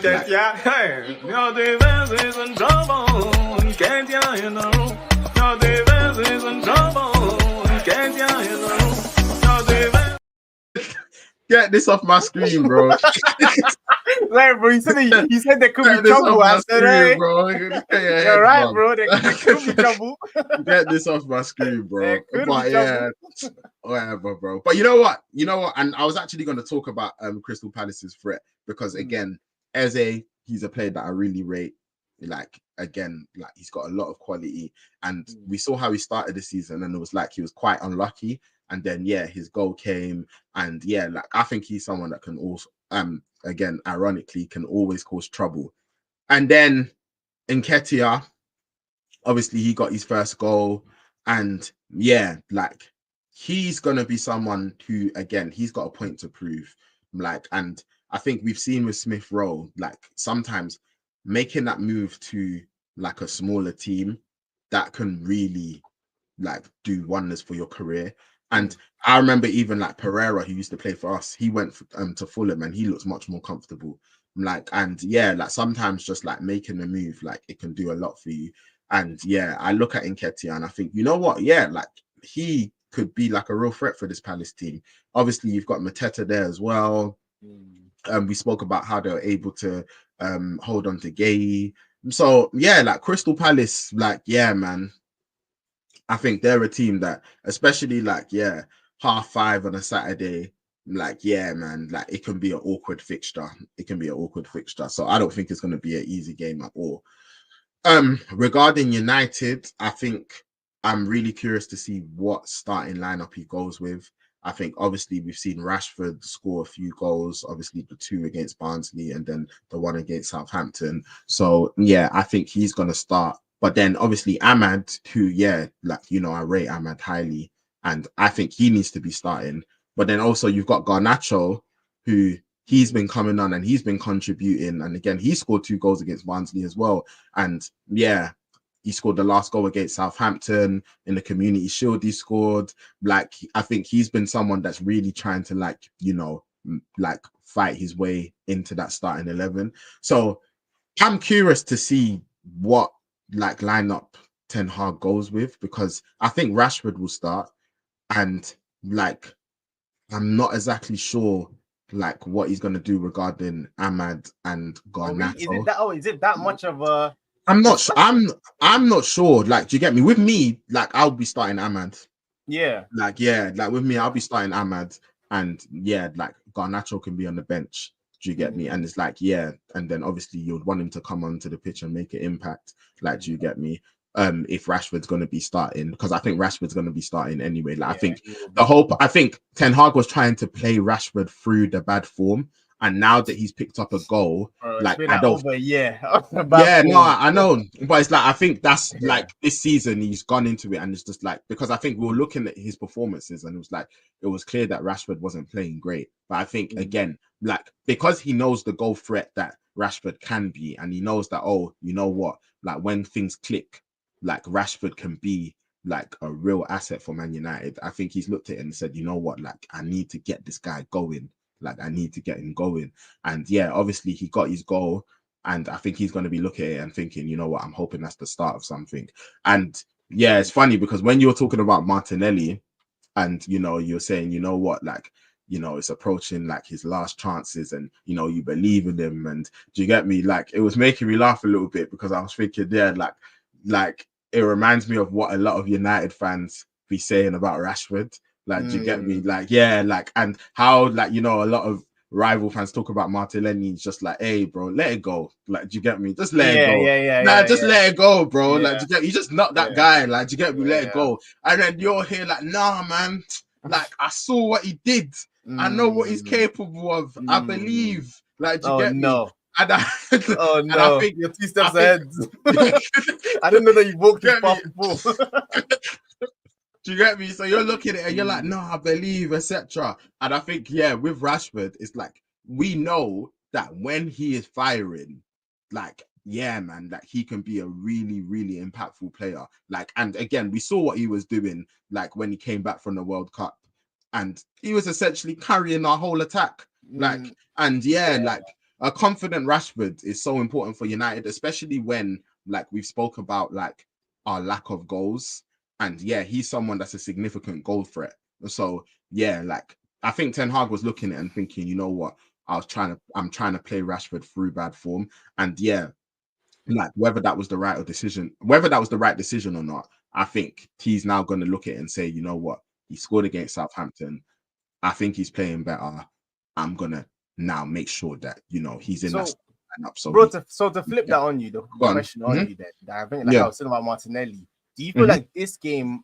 I guess it won't be because Ten Hag, but do you think it should be Rashford's last chance? Because, like you were mentioning too, it's actually a shame that Ahmad is playing as well as he's playing. Garnacho is clearly making an impact too, and the discussion is always going to be: is it going to be Ahmad or Garnacho? Where on merit, this Rashford guy shouldn't be on the pitch, and he shouldn't have been on the pitch for a while now. And you've been waiting a long time for this form. So I feel like he's now had a good performance against Southampton. Played well against Barnsley. If he now doesn't play well against Palace in this game, where's your head at when it comes to Rashford moving forward in the lineup? So just for a quick clarification, are you talking about what I will do or what I think will happen? Oh no, I guess from your point, like, is it also? I guess my question is it also like kind of in your mind? Obviously, you also, I guess, you don't seem that you're too mad about this decision that this game Rashford will probably start because it's probably the off the back of the last 2 games. That after this match, will it then be a thing where he's starting the game after Palace after not playing well? Will you then be more like, no, he needs to be dropped himself? Yeah, like or will you give him more time still? That's my question. So I think when like Rashford was playing early in the season, like he wasn't playing well enough. And I think, like again, when you've got players who you think are more deserving, like it annoyed me when I saw, like, for example, like Ahmad not starting, like, because he's someone that should be starting. And so like I think like you want to see players there on merit. Obviously the manager's going to be making the decisions that they're going to be making, but me personally, like, if I've seen a player now like have an upturn in form, then I'm going to say, okay, cool, like let that play out. Do you get me? And when I say let that play out, I don't mean he gets a 10-game run or he gets a 9-game run or 8-game run. I mean, cool, like you picked things up, like cool, the manager has put trust in you, now prove your worth. Like, do you get me? So against Palace, I want to be seeing a good performance. If he doesn't put in a good performance, then his position should be on the threat. Like, do you get me? So it's like, if he doesn't put in a good performance and then like you see Ahmad and Garnacho like have a great performance, then his position should be put up. Like, it should not be a guarantee that he's starting the next match. Like, do you get me? If they outperform him like significantly and he's just not doing what he needs to do, then Rashford isn't bigger than the bench. Like, do you get it? Like, he's not bigger than the bench. But obviously, like, he scored against Southampton, like things are looking better. So like, if you start him, I don't have a problem with it. Like, do you get it? Like, like I get it. Like, do you get me? Like, you're trying to get his confidence up. Like, you want him to be performing. So So my thing is like, cool, where we're at right now, like, cool, like let him build up his confidence. But Rashford, whilst obviously, Rashford, like, he's come from our academy, like, he's a player that we all want to see be successful as United fans. Like, and I think, sometimes I hear different things as regards to like his attitude and stuff. I think Rashford loves the club. Like, do you get me? Like, I think he loves the club. I think he's been a United supporter like all his life. Like, I think he loves the club. Like, I don't really have any doubts about that. Like, do you get me? I think he has had like difficult periods and there's been times where like he's really struggled, and I want to see him get back to his best. Like, do you get me? Like, I would love to see a Rashford that's firing, but also, whilst you are our academy prospect and whilst you are someone who's done like well for us in the past and you've had like good periods, and again, like we spoke about that season where he came back from the World Cup and he was magnificent, and like, do you get me? We want to see more than we want to see all of that. Like, we want to see more of that. But if you're not performing well, like, again, you should be able to be going to the bench. Like, I think it's that simple. Like, like I don't think you've got that much, like, what's the phrase? Like, when you say like, I don't think you've got that much credit in the bank. Like, do you get me? I feel like you've used quite a lot of your credit in the bank. Like, do you get me? I don't think you've got that much credit in the bank. Like, like, there's certain players where you're looking at them and you're like, you know what, you've got like X amount of credit in the bank. So you know what, like, we're gonna try and see like beyond this. But I think Rashford has been given a lot of chances. Like, he has been given too many chances, man. So like, I don't think it's so. I think right now it should be a thing that's quite simple. That, you know what, if you're not playing well, then you're on the bench. So if he plays against Crystal Palace and he has a really bad game, and you see other players outperforming him in his position, then I don't see why he shouldn't be on the bench. Like, do you get me? And then you can now come on and you can stake your claim. Like, do you get me? Like, win your position back. Like, that's what it should be. It should be competitive. Like, you should be, when you're on the bench, you should be looking at it and thinking, you know what? Like, I need to get back into the starting team, the starting 11, and I need to win my position back. Like, do you get me? Like, you shouldn't just, yes, you should be upset. Of course you should be upset. Like, you've been dropped. Like, that should annoy you. Like, yes, like I want it to annoy you. And then I want you to get on the pitch and then prove to us why you should be starting. So that's how I look at it. Like, you shouldn't be beyond being benched. Like, you shouldn't be beyond not playing, or like you shouldn't be a player where it's like, you know what, you can put in bad performance after bad performance after bad performance and it doesn't matter. Like, no, like, like you need to prove your worth. Like, do you get me? And again, I don't think that's even a player thing. I think that's a manager thing, right? It's on the manager to make that decision. The players, and that's what I was saying, bro. So that's what I was saying, bro. Like I was like, there's been times where like, I've not agreed with Ten Hag regarding like his decision to always start Rashford. Like, do you get me? Or to playing where it's clearly, you know what, he shouldn't be playing right now. But he has played, and he scored. And I'm hoping that, okay, you know what, his confidence is going to be up, and, you know, he starts to put in the performances that we want to see. So, looking at this game against Crystal Palace, like, I want to see him play very well. Like, do you get me? Like, I want to see him do great. Like, like, I'm not someone where I'm going to be looking at him starting and be thinking, like, you know, like, like, because I like this player or I like that player, then, like, like, do you get me? Cool. Like, Rashford, like, play well, please. Like, do you get me? That would be great. Please play well. You guys need him in this game. Yeah, like, please play well. Like, do you get me? Please play well. Like, I would love to see you play well, Rashford. Like, do you get me? But also, if you don't, please hold bench. Like, do you get it? Like, with me, it's that simple. Like, please hold bench. Like, so, with me, it's not really that complicated. Like, when you're playing well, then you start. If you're not playing well, then you go to the bench and then you try to win your position back. Like, do you get me? Like, with me, that's what it is. So, like, with me, I need to be seeing Ahmad starting. Like, do you get me? Like, that's what I'm really passionate about. Ahmad needs to be starting football games for Manchester United. Do you get me? But like, bro, at the risk of triggering you, bro. Go on, bro. Does Kobe need to be starting? Kobe. You know what it is with Kobe? And I think I was having a discussion about this not too long ago. My thing with Kobe, you know how highly I rate Kobe. Like, do you get me? Kobe, like, top prospect. Kobe's coming to the team, and again, don't get me started on this midfield structure again, bro. Like, bro, I know what you're doing. Like, you get me? You're gonna get me triggered again, bro. Like, you get me? Like, don't let me start going into the pressing and breaking down. I just looked at the clock. That's bro, don't let me start getting into this, bro. But our midfield problems, like, do you get me? It's a systematic issue, and I think Kobe has felt a lot of the effects of that. Like, do you get me? Like, again, like, I think he's been in a midfield where he's had to do a lot of things, do you get me? Which, like, ideally he shouldn't need to be doing.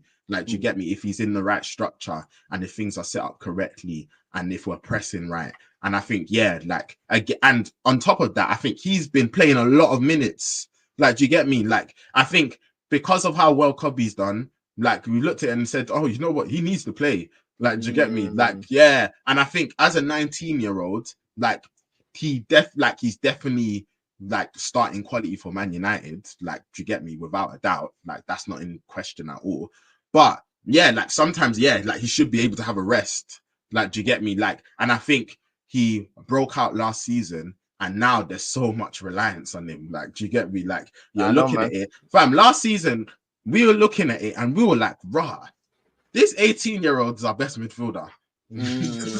Like, do you get me? He's our best with midfielder. No guidance next to him, do you get me? Yeah, like, he's our best running midfielder. Up and down. And he stepped up. Like, he stepped up. Like, he took that pressure and he stepped up. Like, not only as regards to how he plays and the quality that he shows with, like, his dribbling and how he can create and, like, even just the right decisions and keeping it simple, but also knowing when to advance the ball and all these things that we love about Kobe. But in the big moments, he also stepped up.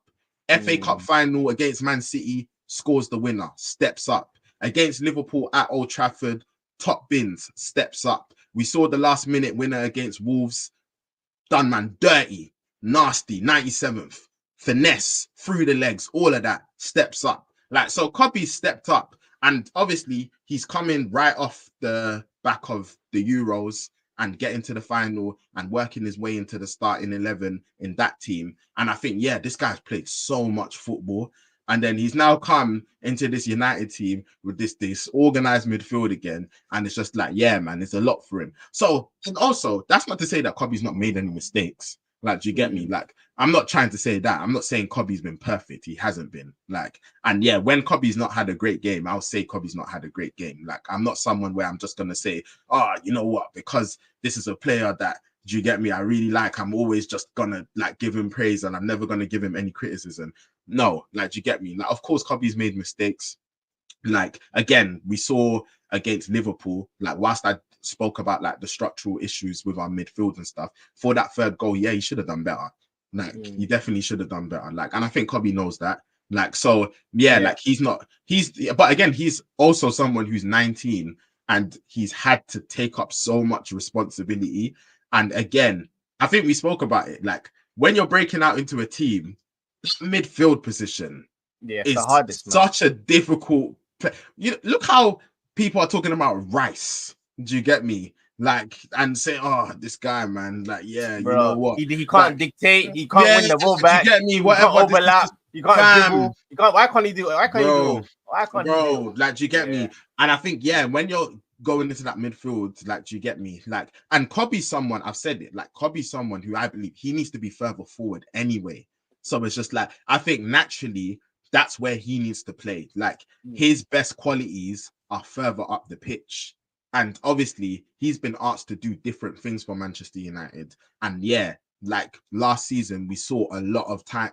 There were several times where like he really, really, really like did like absolutely brilliant for us. Like, do you get me?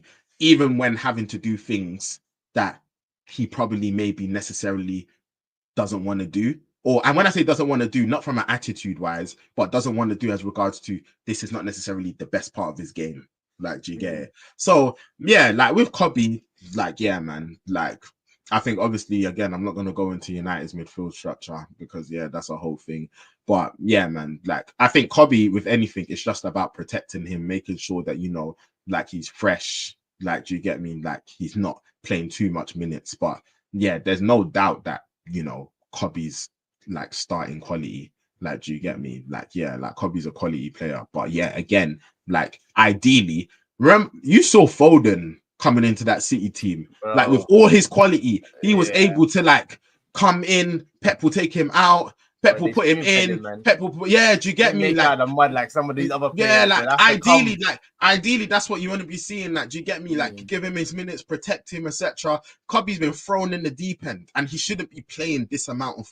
He shouldn't be playing this much minutes. He shouldn't be playing the amount of games that he is currently playing. Like, he shouldn't. Like, do you get me? Not because he's a bad player, not because he's not quality. Like, do you get me? Again, you know what I think of Kobbie. But fam, he is 19 years old. He just broke into the team last season. Like, and all this responsibility has been laid upon him.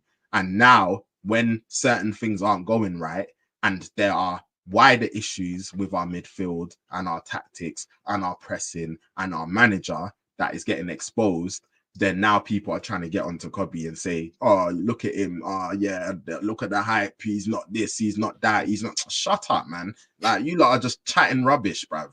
Like, do you get me? You're just chatting rubbish, fam. Like, chatting rubbish. Like, don't speak about my young G like that, bro. Like, come on, man. You lot are disingenuous, bro. Like, last season, fam. Like, come on, man. We know what all of you lot were saying. We know, like, you lot that don't like us. You lot that hate our guts. You lot were looking at him and saying, hey, man, that guy. He's cold, man. He's cold, man. You guys just need to not burn him. I think that's the risk. That you guys just burn him up, man. Like, literally, that's it. We need to protect him. We need to protect him. But yeah, bro. Going back to the game. Yeah, like I think United need to win. It's going to be a difficult game, difficult atmosphere. Again, going back to the starting lineup, I'm not exactly sure who Ten Hag's going to go with. Like, I don't know if he's going to start with Ugarte.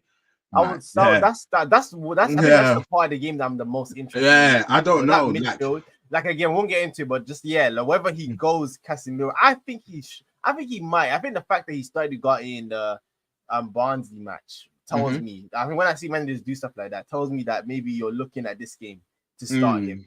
Because if he doesn't start him and you guys try to play that midfield that you put against Liverpool, you try to play Eriksen deeper, it can be long. So I feel like I think Ugarte's gonna start is my kind of prediction based on that Barnsley match. But go on, I cut you off. What were you gonna say? Yeah, no, I said I was literally just gonna say, yeah, like I'm not sure if he's gonna start. Like I think it would be good if he starts, and I think I want to see what Ten Hag believes is his strongest lineup. Like that's what I really want to see. Yeah, like I want to see and obviously some players aren't fit. So like obviously Højlund's not fit. Did he play at all against Barnsley? He might be coming up. I think he might soon be because I think Højlund and Mount they were back in training. Yeah. Okay. So I think they're not far off. Like, do you get me? But yeah, like you want to see Mount, you want to see Højlund, you want to see Yoro. I think you want to see everyone, and I want to know what does Ten Hag believe is his best 11. Like, I think that's what we're curious to see.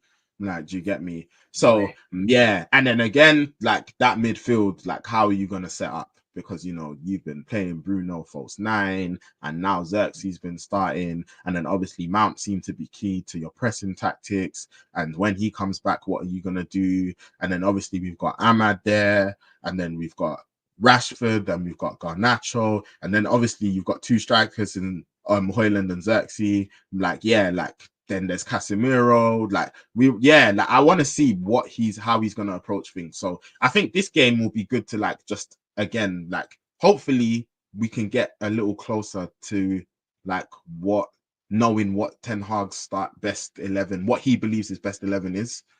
So yeah. But yeah, I think it's gonna be a difficult game. But yeah, I'm hoping United are able to take the confidence from the wins we've had and put it into this game.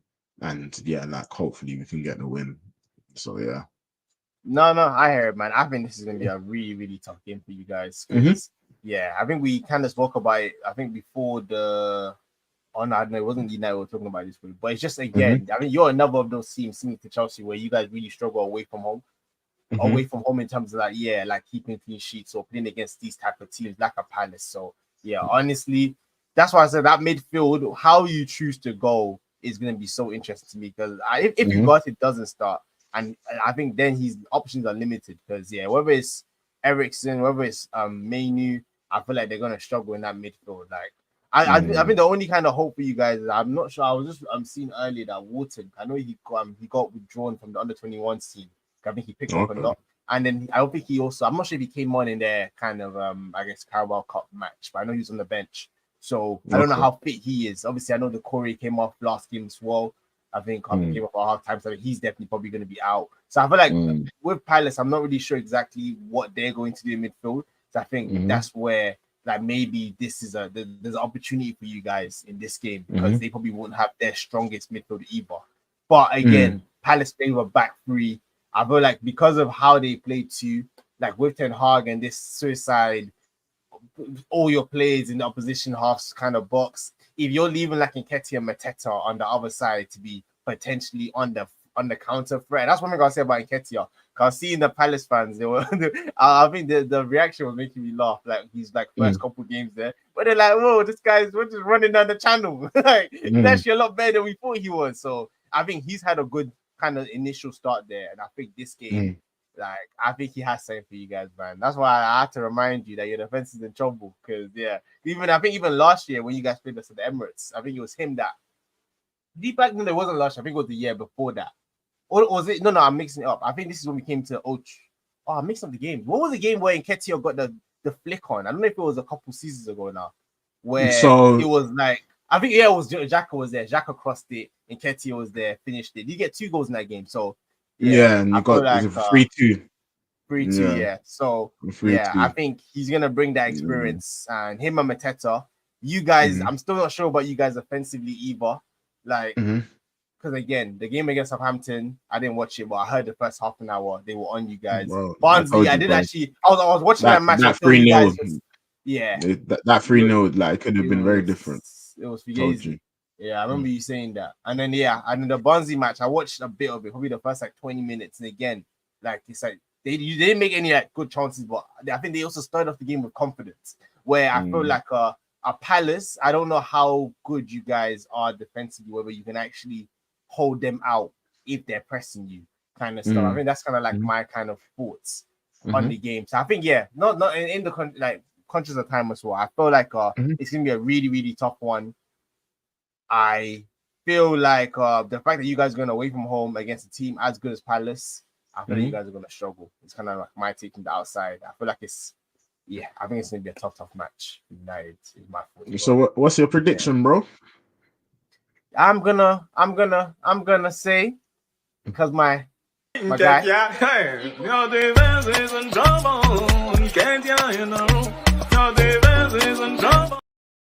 Because of that. I think I'm going for a 2-1 Palace win still, man. I feel like I think you guys will get a goal back. I don't see you guys holding Palace out to 1 or 2 goals. Like I can see Mateta and I even touch on Eze as well. Like Eze, I think this will be a really big test for I guess Mazraoui as well. Him at right back. So I think this would be like a player that's gonna go at him, and I think this would be like a real test of I guess him, like his like defensive abilities. I feel like we haven't really seen him tested properly yet. I feel like this could be a game where we see someone, and I think Eze has the quality definitely to do that.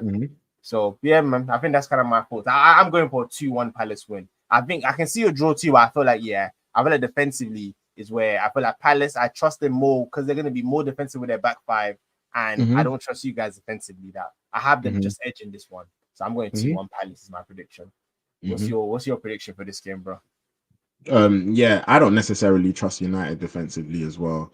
I think structurally we have issues. I've spoken about the midfield. I've spoken about like our pressing and our build-up play, and like under an intense atmosphere, that I think we can get ourselves in like a muddle. Like, do you get me? Like a proper muddle. Like it just takes like a couple of mistakes. And then all of a sudden, like the crowd really gets up for it. And you know what? Like things aren't looking good at all. And like I said, against Southampton, they got the penalty. They deserved to get the penalty. Like they were the better team. And then they missed the penalty. And then I think from there, United took control of the game. And I think the big test for United is that when things don't go your way. So for example, if you do concede, then how do you react? Like, do you crumble? Or are you able to calm yourselves down, go again, and try to take the initiative? And I think so far, United have not really proven that they're capable of doing that.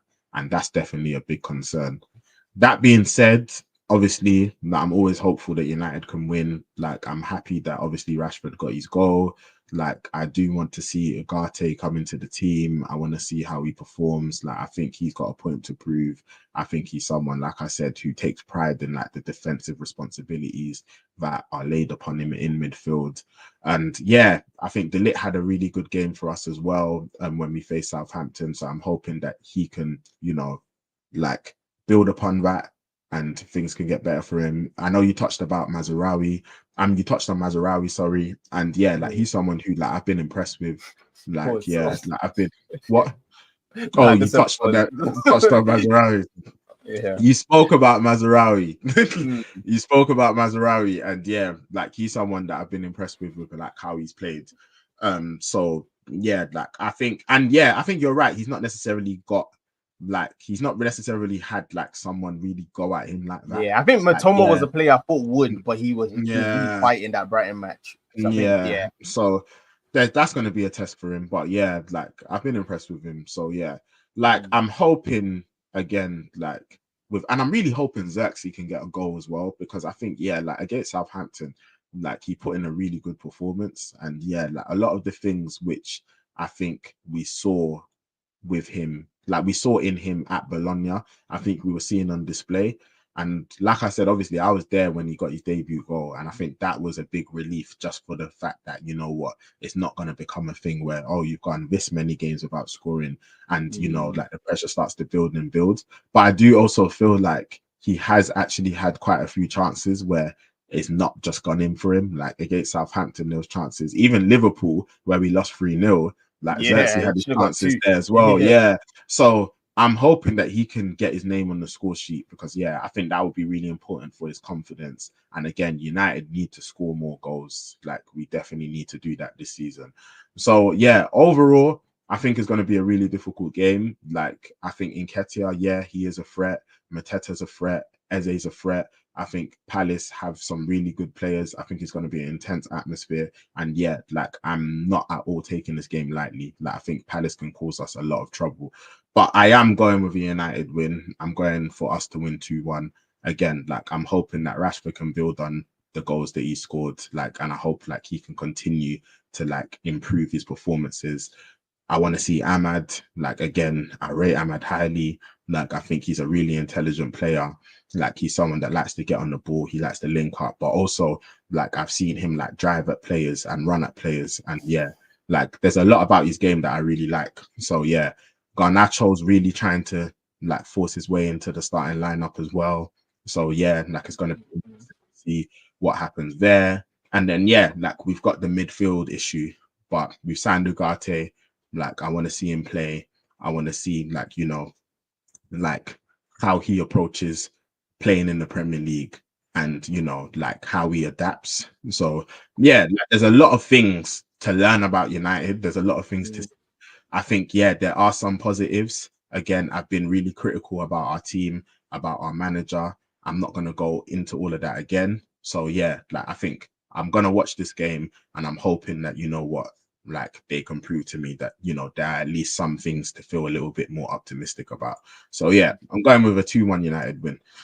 I hear it. Well, bro. Obviously, man, I just need that to happen so that I can just sit back and watch the City. I need the opposite. I need to know that I'm good regardless. I'm safe regardless. That's what I need. So moving on to another fixture. Because we've got a few fixtures to talk about because we're going to be making our predictions. I want to talk about Villa Wolves very quickly. So obviously we spoke about Villa Champions League. They got their win last weekend. They got the 3-2 win against Everton. That's 3 wins out of 4. Watkins has got his 2 goals as well because we spoke about how he started this season slow, and I think him getting those goals, that will do a lot for his confidence. We spoke about Duran. Like this guy's even. Did you see his finish against Young Boys? Bro, the angle like it's so it's so unfortunate it got disallowed. Do you get me? That handball was crazy, bro. They went back like 2 minutes in the game. I was like, I got it before. It was like, it's directly it directly leads to goal. But how are you going back like 2 minutes into the play to see that handball? So I thought that was a bit mad when I saw why it actually got ruled out. I was like, that's a crazy handball because it happened like 3 steps ahead. I think it was Onana like earlier on in the move. How long ago in the move was it? It was, I think, Onana had the ball. Was it that long? There was at least like 2 passes before Duran's shot. So basically, my point is the fact that they actually went back. Because obviously before it used to be if you handball it, then score. It's like it directly led to the goal. But them going back all the way into play to call a handball call made no sense to me. Come on, the referee didn't see it didn't feel like a reason for VAR to get involved. It felt like a weird the way they felt like they implemented that rule really weird. I guess it's really different in Europe, but it was weird to see them go go back into the move where multiple players have now touched the ball. It's ended up in a goal, and you go all the way back because it was a handball at the beginning. It was weird. I think they go back to like a certain phase of play. Like, so I think there's like a limit as regards to how far they can go back to. To me, it was strange. But Villa got the win anyway. Like, like Duran's finish, like really good finish. Unfortunate for him that it got disallowed. Wolves, I think we've spoken about Gary O'Neill, and obviously Wolves, they've lost like some players now. And against Newcastle, like I think I mentioned like the goal they scored with like the dummy, which was really impressive. But Newcastle still came back to win that match. And like this is going to be a West Midlands derby, and so like the fans are going to be up for it.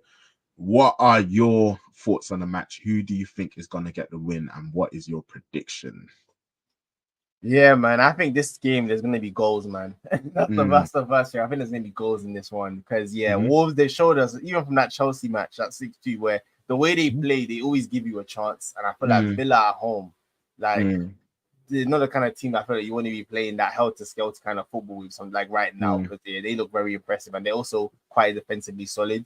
So and seeing this battle between Watkins and Duran as well also very interesting. I think Watkins knows that if I don't get a goal before the 60th minute, this brother's coming off the bench and he's trying to send me to the bench. So he's under pressure. So I feel like from that point of view, because I think there's gonna be goals, I think Wolves are also probably lucky the fact that the teams that come up are more likely going to be the teams that go down, and Everton also, like, won't touch them again. They're broke and they have a lot of problems. So I think if it wasn't for those factors, they would also, if this was like a season where there was more threat in that relegation battle, I'll be a bit more worried for them from just what I've seen so far this season.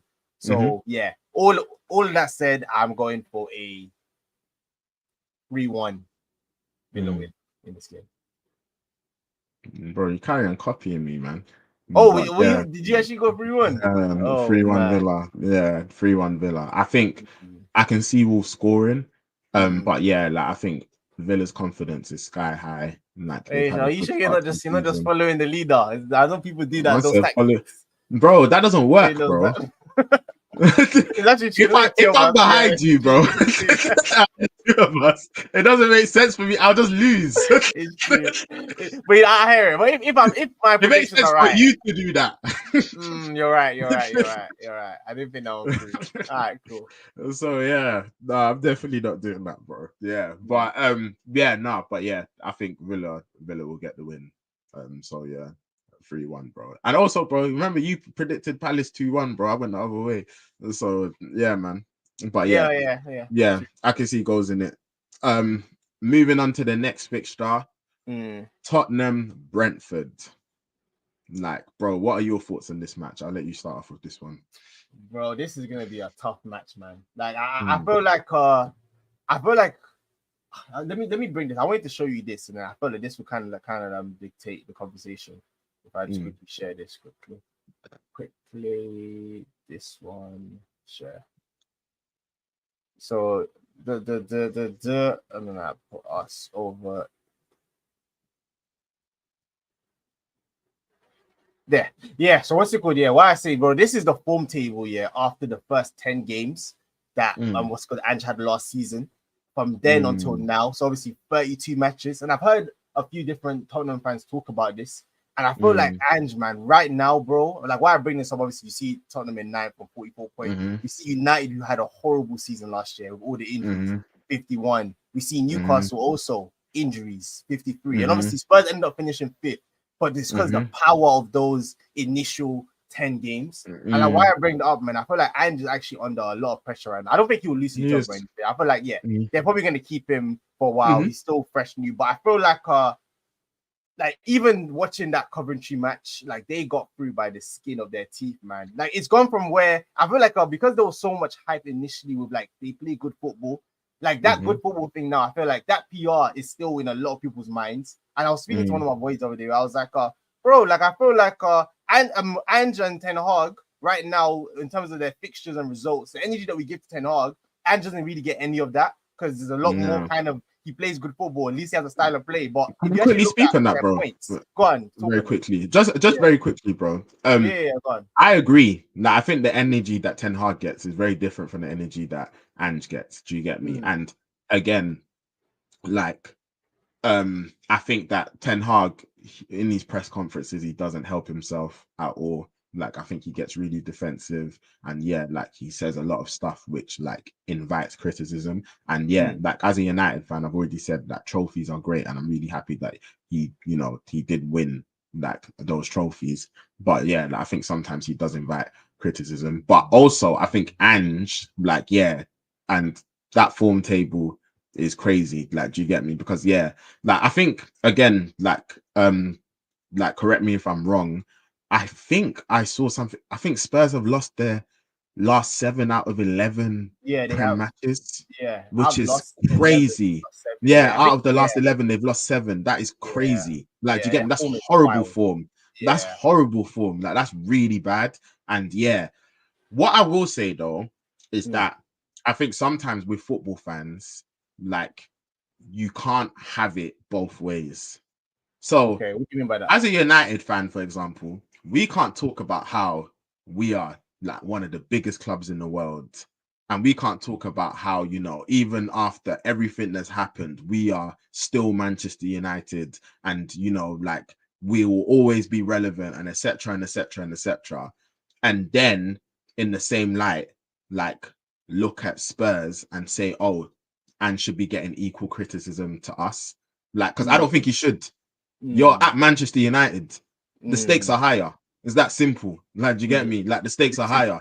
You are going to get critiqued higher. Like, you're going to get critiqued to a different level. Like, you are going to get criticized more. So, but what I do think is that, again, whilst the stakes are higher, like, it still should be, like, in proportion. And I think even with the stakes being higher, it's not been in proportion. Like, I think, and I like Ange, but I think he's getting away with a lot. I can't lie. No, he is. Like, He's getting away with a lot. He's getting away with a lot. So, like, and I think my stance is fair because again, I think sorry, bro. Off the back, sorry, just because it just came to me now, like off the back, bro. He's because I kind of even what you're saying about Ten Hag and his press conferences. I feel like Andrew's losing that spark. He's starting that to spark. That spark that he had, that spark that he has. I feel like isn't there. He's snappy with like he was snappy with the interviewers. Like he was, I always win stuff in my second year. And then watching that commentary match, I thought this could have aged terribly if you guys, because this could have aged so terribly.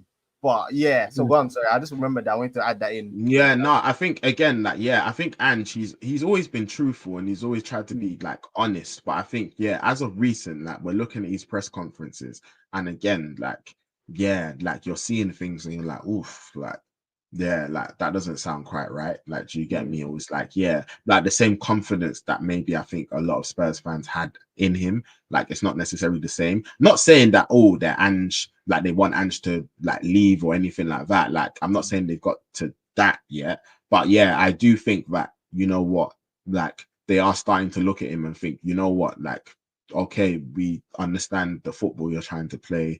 We understand the principles that you're trying to make sure that we pursue with, but there's some things here that are going wrong and we really need to fix them. And again, I think he doesn't help himself when he like sometimes talks about, you know, like what we were talking about with like the rivalries with Spurs and other clubs and like, you know, the fans and like, like, you know, the whole discourse regarding like the City game last year and like what fans were feeling. And then obviously, there was conversations regarding Spurs and Arsenal this year. And, you know, like, I think, like, again, he's not in crisis at the moment, but he's in really bad form right now. Like, and again, I don't expect United and Spurs to get the same treatment. Like, again, like I think we need to be consistent. So Manchester United can't be one of the bigger. Manchester United can't be one of the biggest clubs in the world, and then we can't talk about Spurs like, oh yeah, it's Spurs, and then expect the Manchester United manager and the Tottenham manager to get the same treatment. Like, it doesn't make sense. So I think when people talk about Ten Hag and they talk about Ange and they're like, oh, you know what, Ange should be getting criticized like Ten Hag. I feel like that's disingenuous because I'm thinking, you know what, again, like we can't talk about Manchester United and continue to be vocal about how big of a club we are. And then in the same breath say Ange and Ten Hag should be judged on the same level. They shouldn't. When you take the Manchester United job, you are going to be criticized more harshly. That's a fact. Do you get me? That's what's going to happen. So I think you've kind of just got to accept that. That being said, Ange is getting away with some stuff. No, like, he's getting away with some stuff. I think it's a big he's getting away with some stuff. And that's what I said. Very quickly, bro. Very quickly, bro. And I let you go. But I think it's proportion. Like, do you get me? So, like, I think that's my point. Like, Manchester United are bigger. As a Manchester United manager, you should be getting criticized more. Like, I think when you go into that role, you've got to accept that. So sometimes when Ten Hag's getting so defensive about things, do you get me? When people are calling out things that are true, like, and you're getting so worked up, like, you have become the Manchester United manager. You finished 8th. What do you expect? Like, you are going to get criticized. Like, we've spoken about how we've not won a title. Again, you know, when we're talking about Chelsea and Arsenal, and I was saying, and we both said, yeah. And again, Chelsea winning the European Cup, and I will banter you guys forever until you do so. Hopefully, you never do it. Do you get me? You lot not being able to win the European Cup, is a big deal. But the reason why I can't say Chelsea's a bigger club than Arsenal is because the things Chelsea can get away with, Arsenal can never get away with it. Like, do you get me? And that just shows that as regards to how big a club is, like, it's not the same. Like, do you get me? The things Chelsea have been able to get away with, Arsenal can't get away with it. And United definitely can't get away with it. Like, do you get me? So when we're talking about a size of a club, you have to know that, you know what? You are going to get criticized to a certain level when you are at a certain club. Like, do you get me? Like, when you've got this amount of fans, when you've got an audience that are watching you from all across the world, do you get me? Like, there's a different level of pressure. Did you get me? And sometimes there's like aspects to these things. So, for example, like during the Roman era, like with Chelsea, there was extreme pressure. I thought you said the Romans. I was thinking, bro, how back you taking this?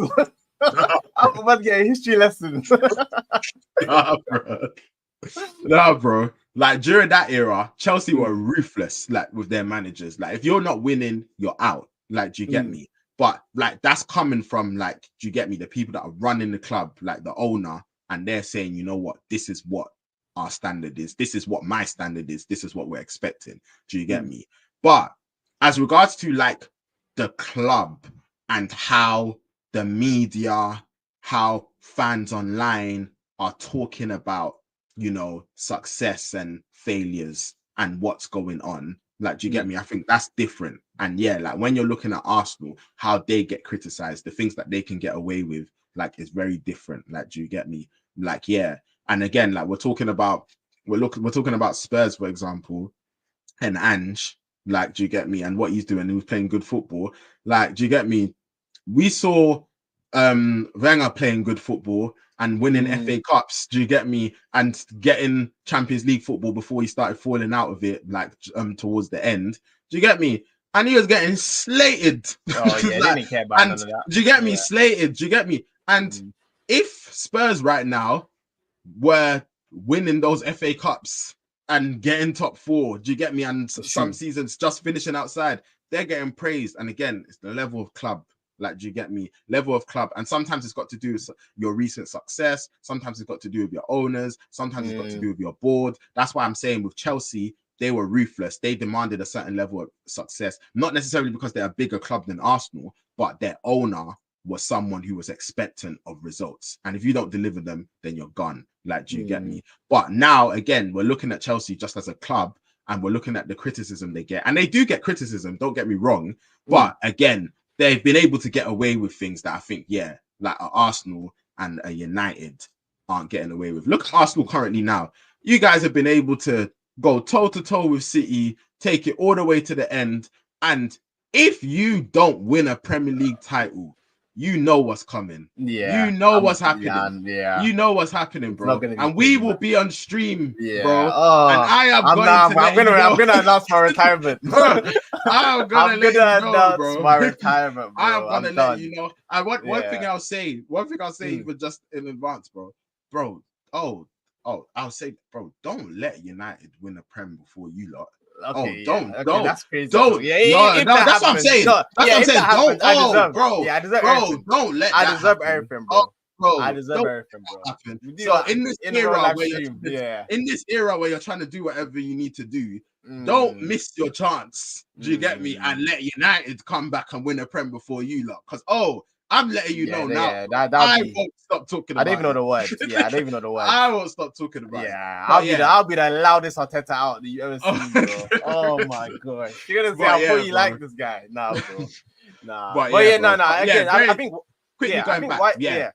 I think and I'll let you speak now, bro. But and with all of that being said, even if we're talking proportionally, 7 losses out of 11 is terrible. Like, you get me? And what you just showed me there, horrible. Like, and again, with all United's problems, with all Newcastle's problems, for you to be there, horrible, man. So man.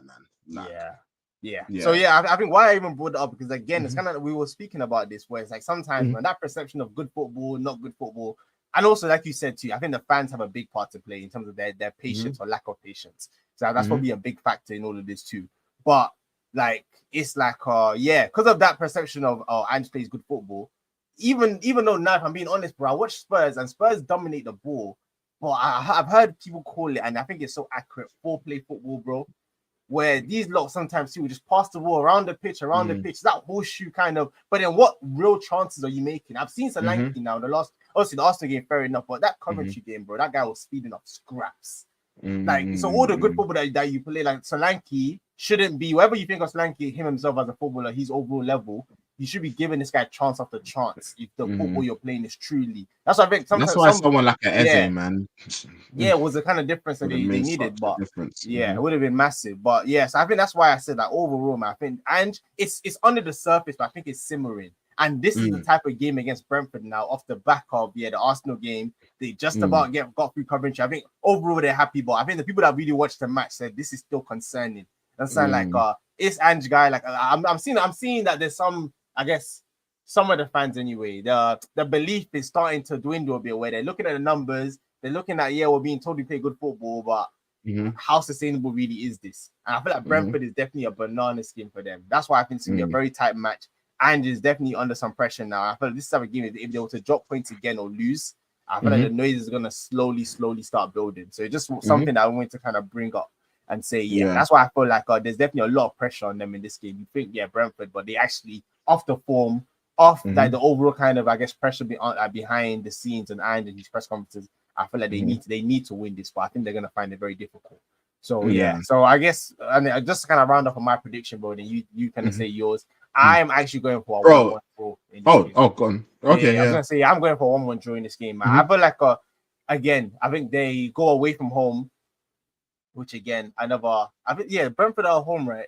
Yeah, Brentford are home, And Spurs' away record also hasn't been great under Ange. I think if you look at their numbers, bro, you look at, like, I think the last time they beat a team in the top 10, I'm not sure they beat a team in the top 10 at home, away from home. Oh, are they home? Tottenham at home. Oh, I thought they were going away from home in this game. No, Tottenham at home. Oh, okay, cool. All right, cool. Then that's good. That's better for them then. Does that change my? Because the one when I was thinking them away, if they're at home, it's tight. If they're home, I think I'm gonna go narrow. I'm gonna go 2-1 Spurs if they're at home. I thought they were away from home is where I was leaning towards a draw, because I thought like away from home, their away record, the fact that Brentford they're missing Wissa because he's out for I think I saw like 2 months, but still got Mbeumo there. I thought they'll still concede, so I was gonna go for a draw. But if Spurs are at home, I'm gonna go 2-1 Spurs. But I think it'll be tight. But what's your take on this game, bro? I guess your prediction. And please don't tell me that we went for the same result again. Bro, the fam, literally, that's why I tried to, before you were going to say your prediction, I was trying to say, let me say mine first, bro. Yeah, bro. You're not looking good in the light. You just let it out, bro. You just let it out, bro. Like, and I should have told you that Spurs were home after I've said my prediction. That's why I keep messing up. It's my integrity. It's my integrity, man, honestly. But I was literally gonna go. I think I've got a very similar analysis to you. I think it's gonna be difficult for Spurs. I easily could have gone for a draw. I'm going for Spurs just to win it, I was gonna go for a 2-1 as well. So bro. But for the next one, bro, let me say mine first. You've been round us up the last two. Yeah. Because that's literally what I was saying. I was literally like about to say, bro, before you, and then you just let. I'm fine, bro. You said It's been a long day. It's all good, bro. But moving on to the next fixture. So Liverpool, Bournemouth. Obviously we spoke about Liverpool's result in the Champions League, recovering from that loss to Forest, which was wonderful. Not the Champions League winning, but the loss to Forest, that is. What a great day. And man, I'm really hopeful that such a thing can be repeated. That would be absolutely brilliant. But I am not gonna troll and waste time here. I think Liverpool will get the win. I do think that, again, like Bournemouth, like with Semenyo, like we've spoken about, like him and like the threat that he can carry. And I think Bournemouth again, Everton have been Everton, but yeah, like we saw how they came back to win 3-2. We saw against Newcastle when they drew and they should have won and they got like a goal disallowed very harshly. So yeah, like I think we've seen Bournemouth, and again we spoke about them against Chelsea and how that game went, and they were quite unlucky there. So I think Bournemouth, like, yeah, like they are definitely a team that, like, this season, I think they're showing that, you know what, like they are gonna put up a fight, like they can cause problems, like they put in some good displays like this season. So yeah, like I don't think it's necessarily gonna be an easy game at all. But I do think Liverpool will win, and like, yeah, I am going for Liverpool to win. I think that, like, again, after that Milan result, I think that's gonna like help like settle the nerves again. Like, I think, yeah, like their confidence. And obviously, like when Liverpool started, they haven't, again, they've not necessarily like made no mistakes at all. But yeah, like prior to the Forest game, they hadn't conceded. And yeah, I think they're going to try and get back to that. I hope they don't.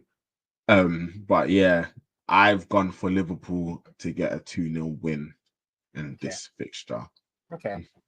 No, I think not to, I guess, over egg the pudding. I think that you pretty much said all the main kind of things. Yeah, I think off the back of the Milan win, big result for them. Again, I feel like I say every episode, and to be fair, he keeps answering it, man. I'm grabbing, but like he keeps answering the calls, like in that middle of the pitch. I think he's doing very well right now, and I think Bournemouth are definitely another team that's gonna keep him honest. Because yeah, I really love the Premier League, bro. Because it's that whole thing of, because Arne Slot is new, I want to see his style of football against different oppositions. And I feel like last week we saw the Palace, the Forest, every man behind the ball, hit them on the counter, and I thought that he might struggle against that. And then now we're going to see them against a team that I think are quickly becoming probably my like favorite team to watch right now. Outside of Arsenal, Bournemouth, because I feel like the way they play football too, bro. Like they're high pressing, they'll come at you. It doesn't matter who you are, they're going to give you a good game, like we saw last week against Chelsea. So.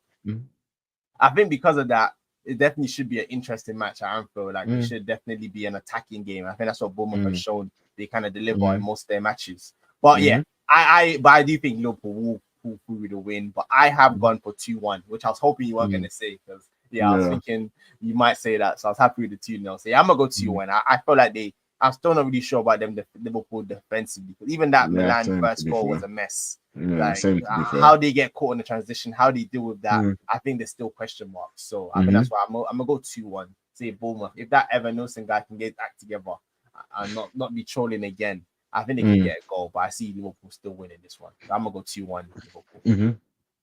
I think that's fair. And yeah, for the final fixture, West Ham versus Chelsea.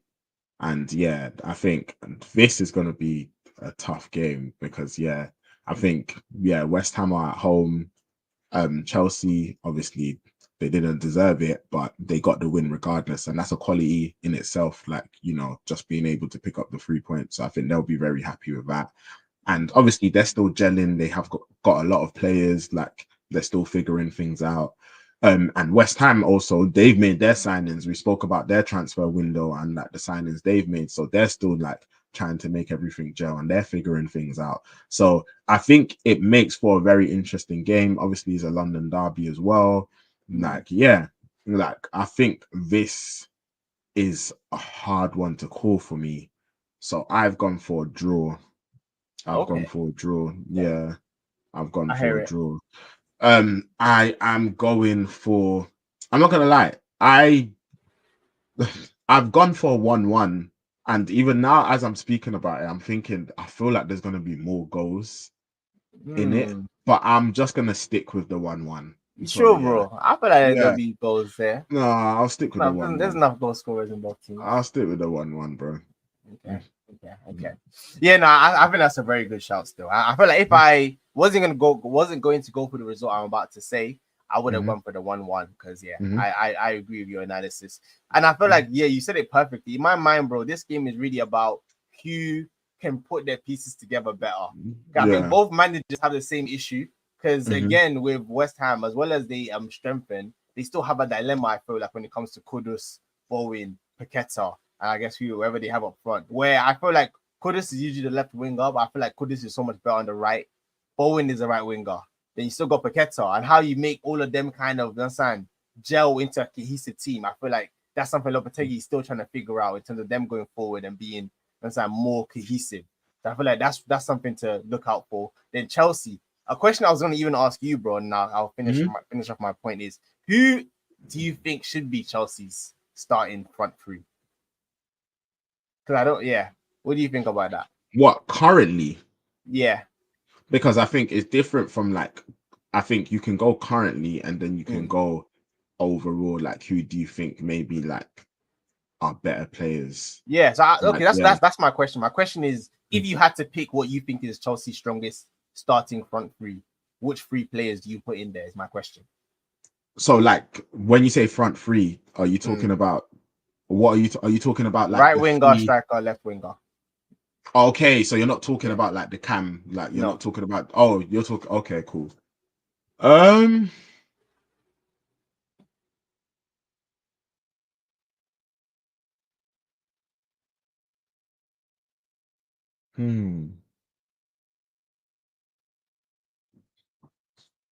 That's a good question. I know, that's why I asked it. Yeah, I'm gonna have to think about that, bro. Oh, okay. Yeah, I'm gonna have to think about it.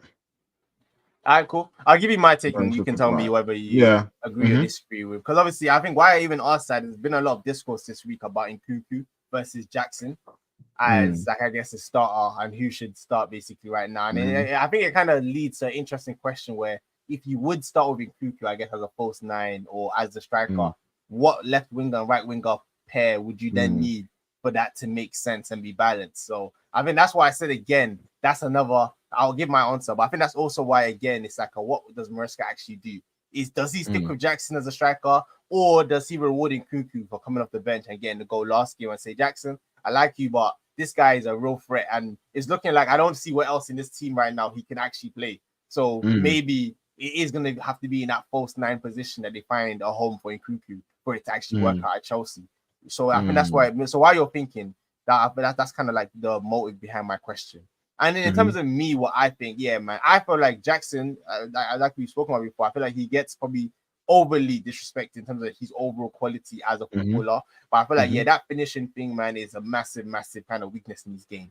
Massive weakness. And I feel like because of that, then I'm now looking at, then when it's now you versus Nkunku, I look at Nkunku, I say, this guy's a numbers guy, man. What this guy's been doing since France to Germany, this guy's been leaving seasons with goals and assists. So I feel like because of that, and I'm looking at who I think is the overall better player, I think Nkunku. Like, I feel like if Chelsea were to make a choice, so you would play Nkunku in the false nine. You play him up front.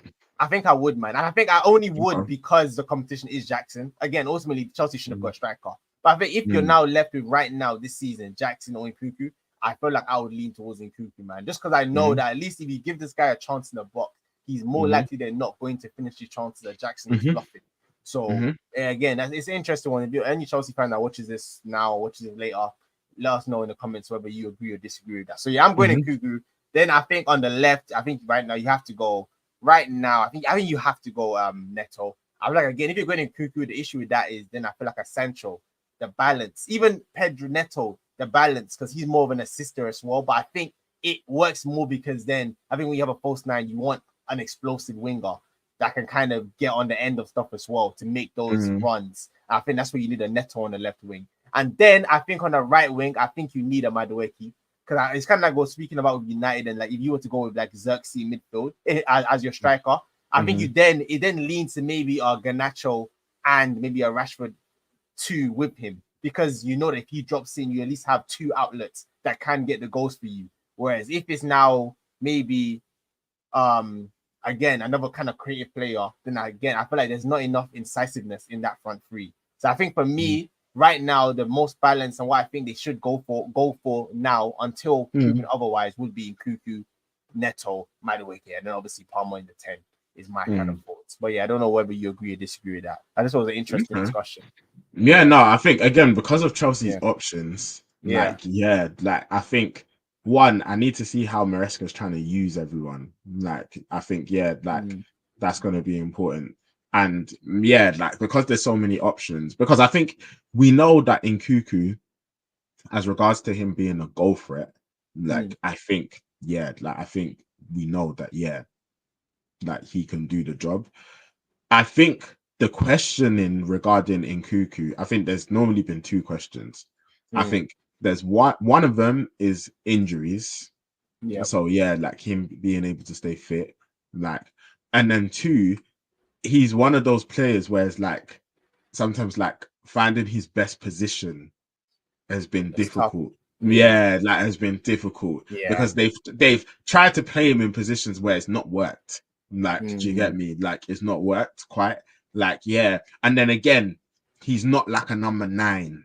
He isn't. Do you get it? Again, he's exactly what I was saying about so he's a second striker. I feel like. And so he's meant to be off the striker. So if you are playing him like in the false 9, then I think again, like, you've got to really have like a certain way of playing. Like, do you get me? Like, I think there needs to be like a really good understanding between everyone. Obviously, like, if you're obviously Palmer's going to be starting, so if he's playing in the 10, then like, who your wingers are, like, you need to make sure that like they know when to like go.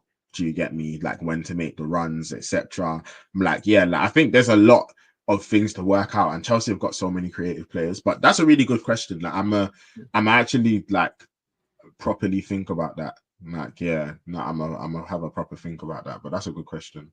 All right, cool. So so I think again, like I was saying, both teams have to figure it out. But Chelsea away from home conceding, and I feel like I'm actually gonna go 2-1 West Ham, man. I feel like West Ham. I think West Ham are good enough, and Chelsea, I think, are susceptible enough that I can see West Ham having enough to get over the line. But I also wouldn't be shocked about 1-1 as well. That's why I think I would either go 1-1 or 2-1. But I think I'm leaning towards. I think this is my. I think, like I was saying with Chelsea, like last game, these are again the type of games where it's like, how serious are Chelsea? How consistent are they going to be? If they come and now surprise and get the win, then now my next prediction, that will be a factor. But I think now I'm still not convinced and not sure about them. So I think I'm going West Ham in this game. But I know it's a risky move. I think the more likely option probably is a draw, if I'm being honest. But I think I'm gonna go West Ham. I was tempted to go 2-2 as well. And like I was thinking 2-2, thinking 1-1, but I've ended up going 1-1. But like I fully hear it. I can see West Ham nicking it. Like, like, I think it's going to be a very like interesting game. Like, so like, and again, a lot of new players, a lot of gelling that's needed. So like, again, I think the same way I was talking about Man United, and I was saying, you know what, like, as players come back from injury, obviously, as we've made new signings, I want to see what Ten Hag's best team is. I think a lot of Chelsea fans will be wanting to see what Maresca's best team is. So I think they would be wanting to see, you know what, like, what's the plan here? Like, what's your go-to starting 11? So and obviously, as I think there's certain players that like, for example, Palmer, he's starting, he's playing. But like, I think as the season goes on, like, they would want to see what Maresca wants to do. So should be a good game though. I'm looking forward to it. Should be a good game. But bro, that rounds up all of the predictions. And so we've gone through all of that. So unless you just want to like reminisce with me about like old United days, or if you want to like get into some deeper analysis about our 7-0 win against Barnsley, then I think it's time for some FPL talk, bro. Oh, please. Expeditiously, please. Okay. All right, let's get into the FPL. Let me just pick that up quickly. We'll just fly through this one quickly. Just to update the people. I guess see how last week went. Talking I guess any kind of big decisions in our teams. My kind of take from this one was Isak. It's been a very smelly start from him this season, man. Overall, overall, it's not been a great start for him from him this season. Like he hasn't delivered for how much he costs as well. I know a lot of the cheaper strikers have definitely been delivering a lot more than he has. I think we spoke about it in the post-match analysis from last weekend. My boy Smith Bro, I think he's doing well for me, getting me some points.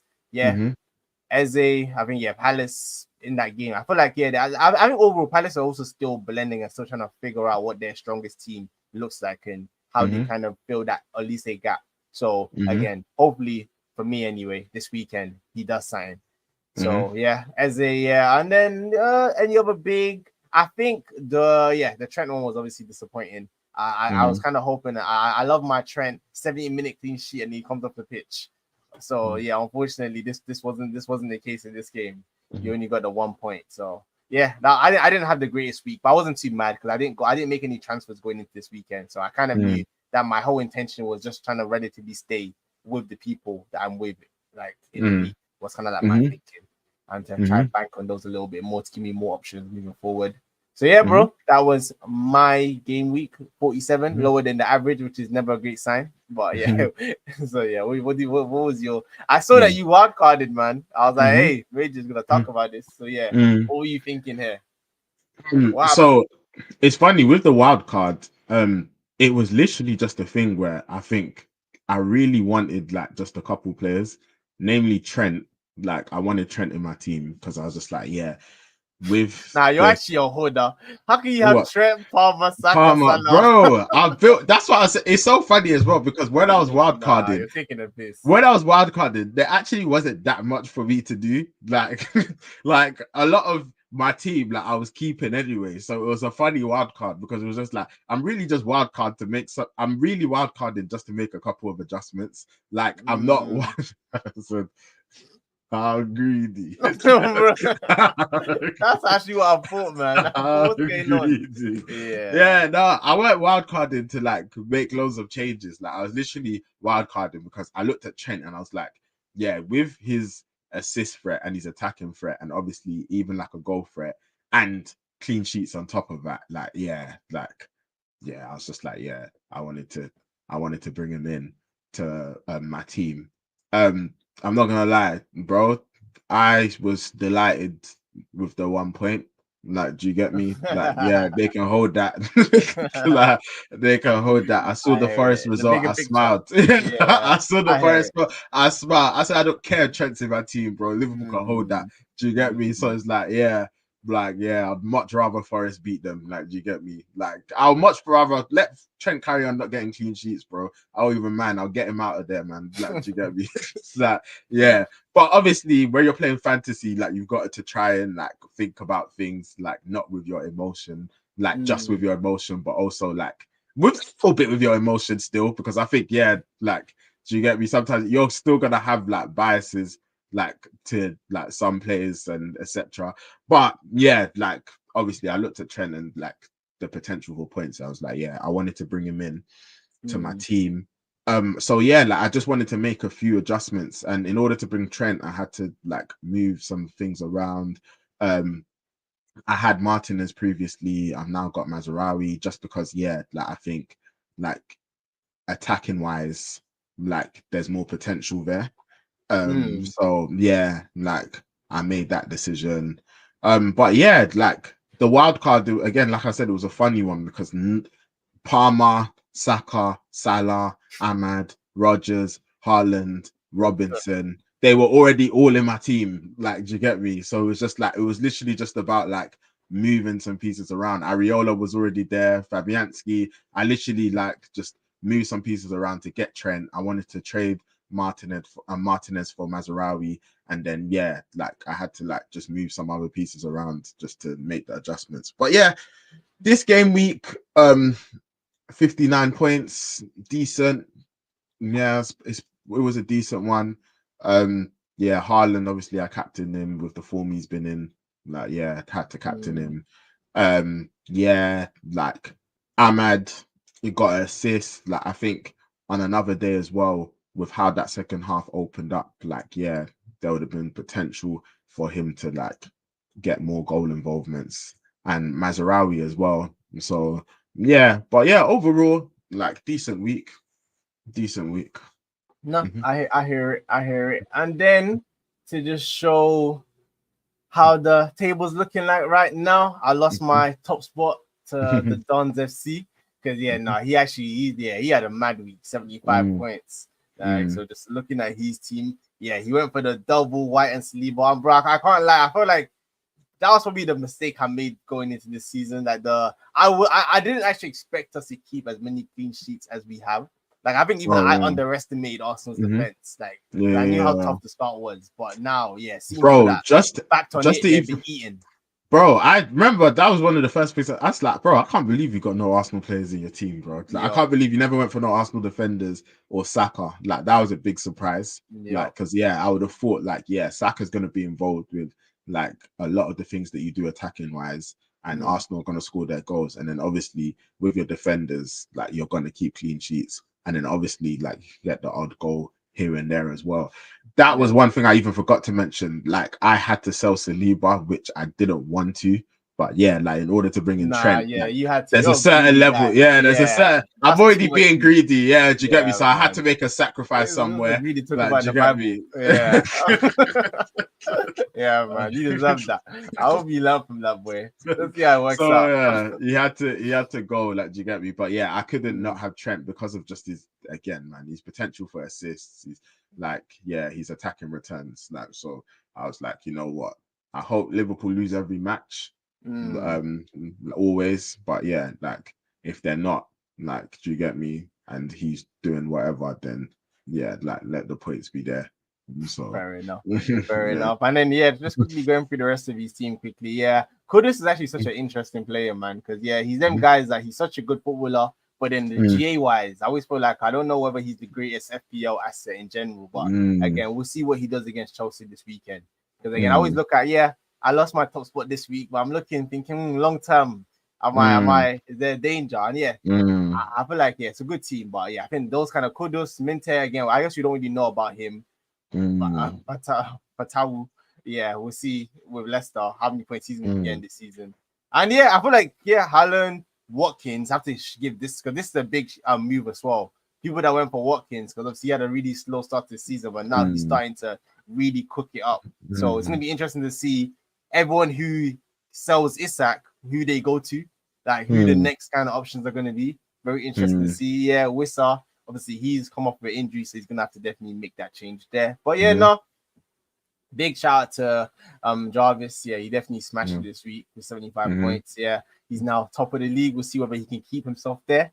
I see on Openduck's change as well. That's see him in the chat. He had a decent week, 55. He's right on my coattail. So he closed the gap on last week. So he's definitely going to be a threat this season. I can see that. And then rounding up the top four, I see Benela Bukayo. And again, bro, I always have to give this guy a shout out. Everyone that he's above, I want you to know this guy does not have Erling Haaland in his team. So take of that what you will. The fact that he's still fourth without having Haaland in his team. So he's been making a lot of good decisions. We'll see how long he can stay in that position, or whether he can actually. I know there's a lot of people that are watching this that were talking about, I'm not gonna go Haaland, I'm gonna get differentials. I won't point you out, but you know who you are. This is a man that's really getting differentials. That's what I'm saying. So, but that's why to kind of just give a little roundup on the FPL. It was an interesting weekend. We'll see what this weekend has in store. As always, if you're not involved, then go in the comments below, and then you'll see the league code to join. And we'll always shout you out, see where you are relative to everyone else in the league. And hopefully it should make for good content. Because and also too, I guess kind of final words on that too. If you have any ideas too of how we can improve this FPL segment, or what kind of things we should add to it, then definitely all ears for any advice and words. So bro. I was just very quickly gonna say, bro. I was just very quickly gonna say, just last thing on the FPL, where you know what you were saying about Kudus, like, oh, you know what, like he can have like very influential displays, but it doesn't necessarily reflect with the goals and assists in FPL.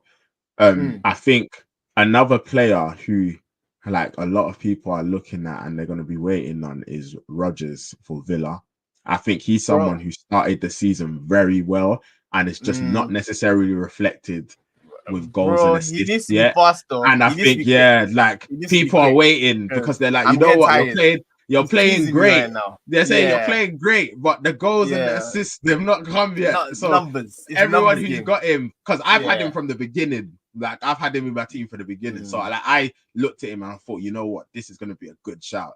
And like I was hoping that he could repay me before everyone started to get him, and then now everyone has started to get him. And like, he's been playing great, like against you guys, like you get me, so dominant, like brilliant displays, etc. And he's been unlucky because I think he should have had a few assists, but like the chances haven't just been finished.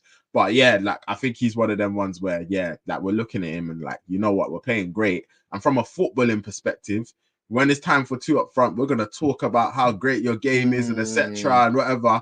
But as regards to FPL, this is about stats. Yeah, bro, simple. This is about stats. Tackles, it's about stats. It's about stats. When we're doing our football talk, we're gonna big up your game. We're gonna break it down. We're gonna talk about how influential you've been. We'll separate it. Do you get me? But with FPL, it's a stats game, bro. Cutthroat, that's what we need to see. Yeah. So so I think it's gonna be interesting to see if he starts repaying the faith of a lot of people who are playing FPL. Nah. Unorthodox changes getting frustrated. I know he brought in Rodgers as was expecting. This return on investment has not been it. Not been it. ROI.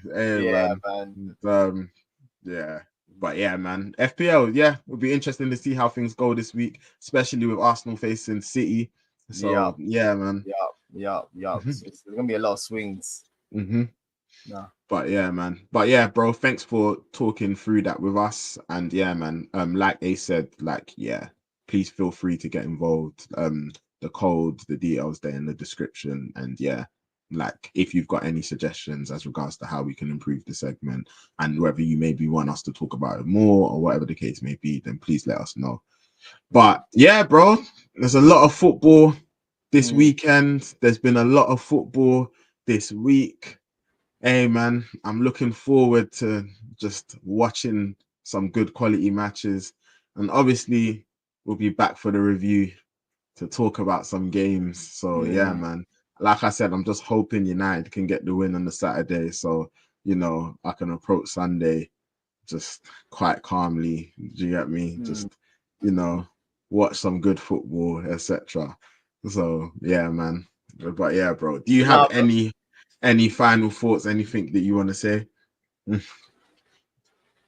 No, as always, thank you to everyone who has watched. And I'll let you say your line, bro. I'll let you say your line. But I have no more words. I feel like you covered everything. Should be a good weekend, cool, and we'll circle back at the end of the weekend and talk about it to see what's happened. So football, bro. There's always content and things to talk about. So looking forward to it. But man. For anyone who's watched this stream for 1 minute, who's watched it for half an hour, who's watched it for an hour, who's watched it for the whole stream, who's watched it for 30 seconds, who's gonna watch it later, who's shared, who's liked, who's subscribed, we very, very, very greatly appreciate it. Like, it's really appreciated. We don't take it for granted at all. Again, like, we've been, like doing this for like a few weeks now, and like we've released episodes and we're trying to figure out how we can make it better.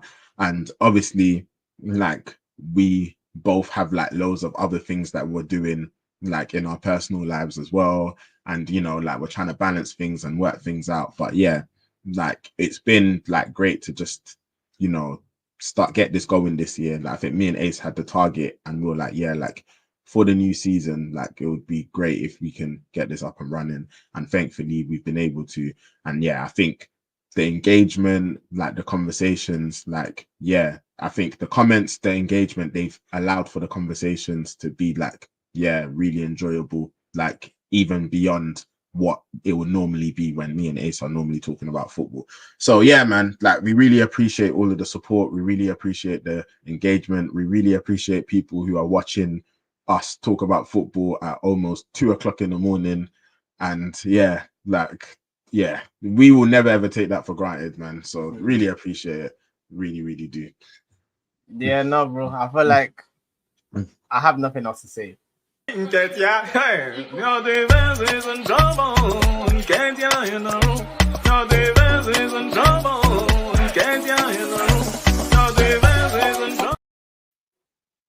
alright, bro. Carry on, you know, doing your thing, playing your music, trolling. Bro, don't let him get good. Don't let him get good. Bro. Bro, I swear, I'm gonna have that running for the whole stream. Don't let him get good. Bro. We'll talk soon, bro. We'll talk soon. Like I said, hopefully that could do the job. But again, bro, we'll soon have some real conversations about Arsenal, bro. I told you. As much as I'm a fair, you know, like I can't be someone who people say, oh, you know what, he knows a lot about ball, and then I can't be too bad. So obviously, I'm gonna give your players props, etc. Whatever. This is this, but at the same time, bro, you know me, bro. You know when it's time to put the football talk aside, to stop all the analytics, and let's do some good old-fashioned rivalry. Oh, bro, mate. You know I'll be ready, bro. So keep playing your clips. Me too, I got clips. Don't worry, bro. Me too, I got clips. It's fine, bro. But yeah. Hey, man, hope everyone has a great weekend. And yeah, we'll be back soon for the review. And yeah, like I said, if you're a United supporter, I'm hoping that things go well for you. If you're a Liverpool supporter, you already know what I think. If you support the other two up front team, you don't even need to say anything. You already know. But yeah, man, do you get me? Hope everyone has a great weekend, relatively speaking. And on that note, I've ended the stream.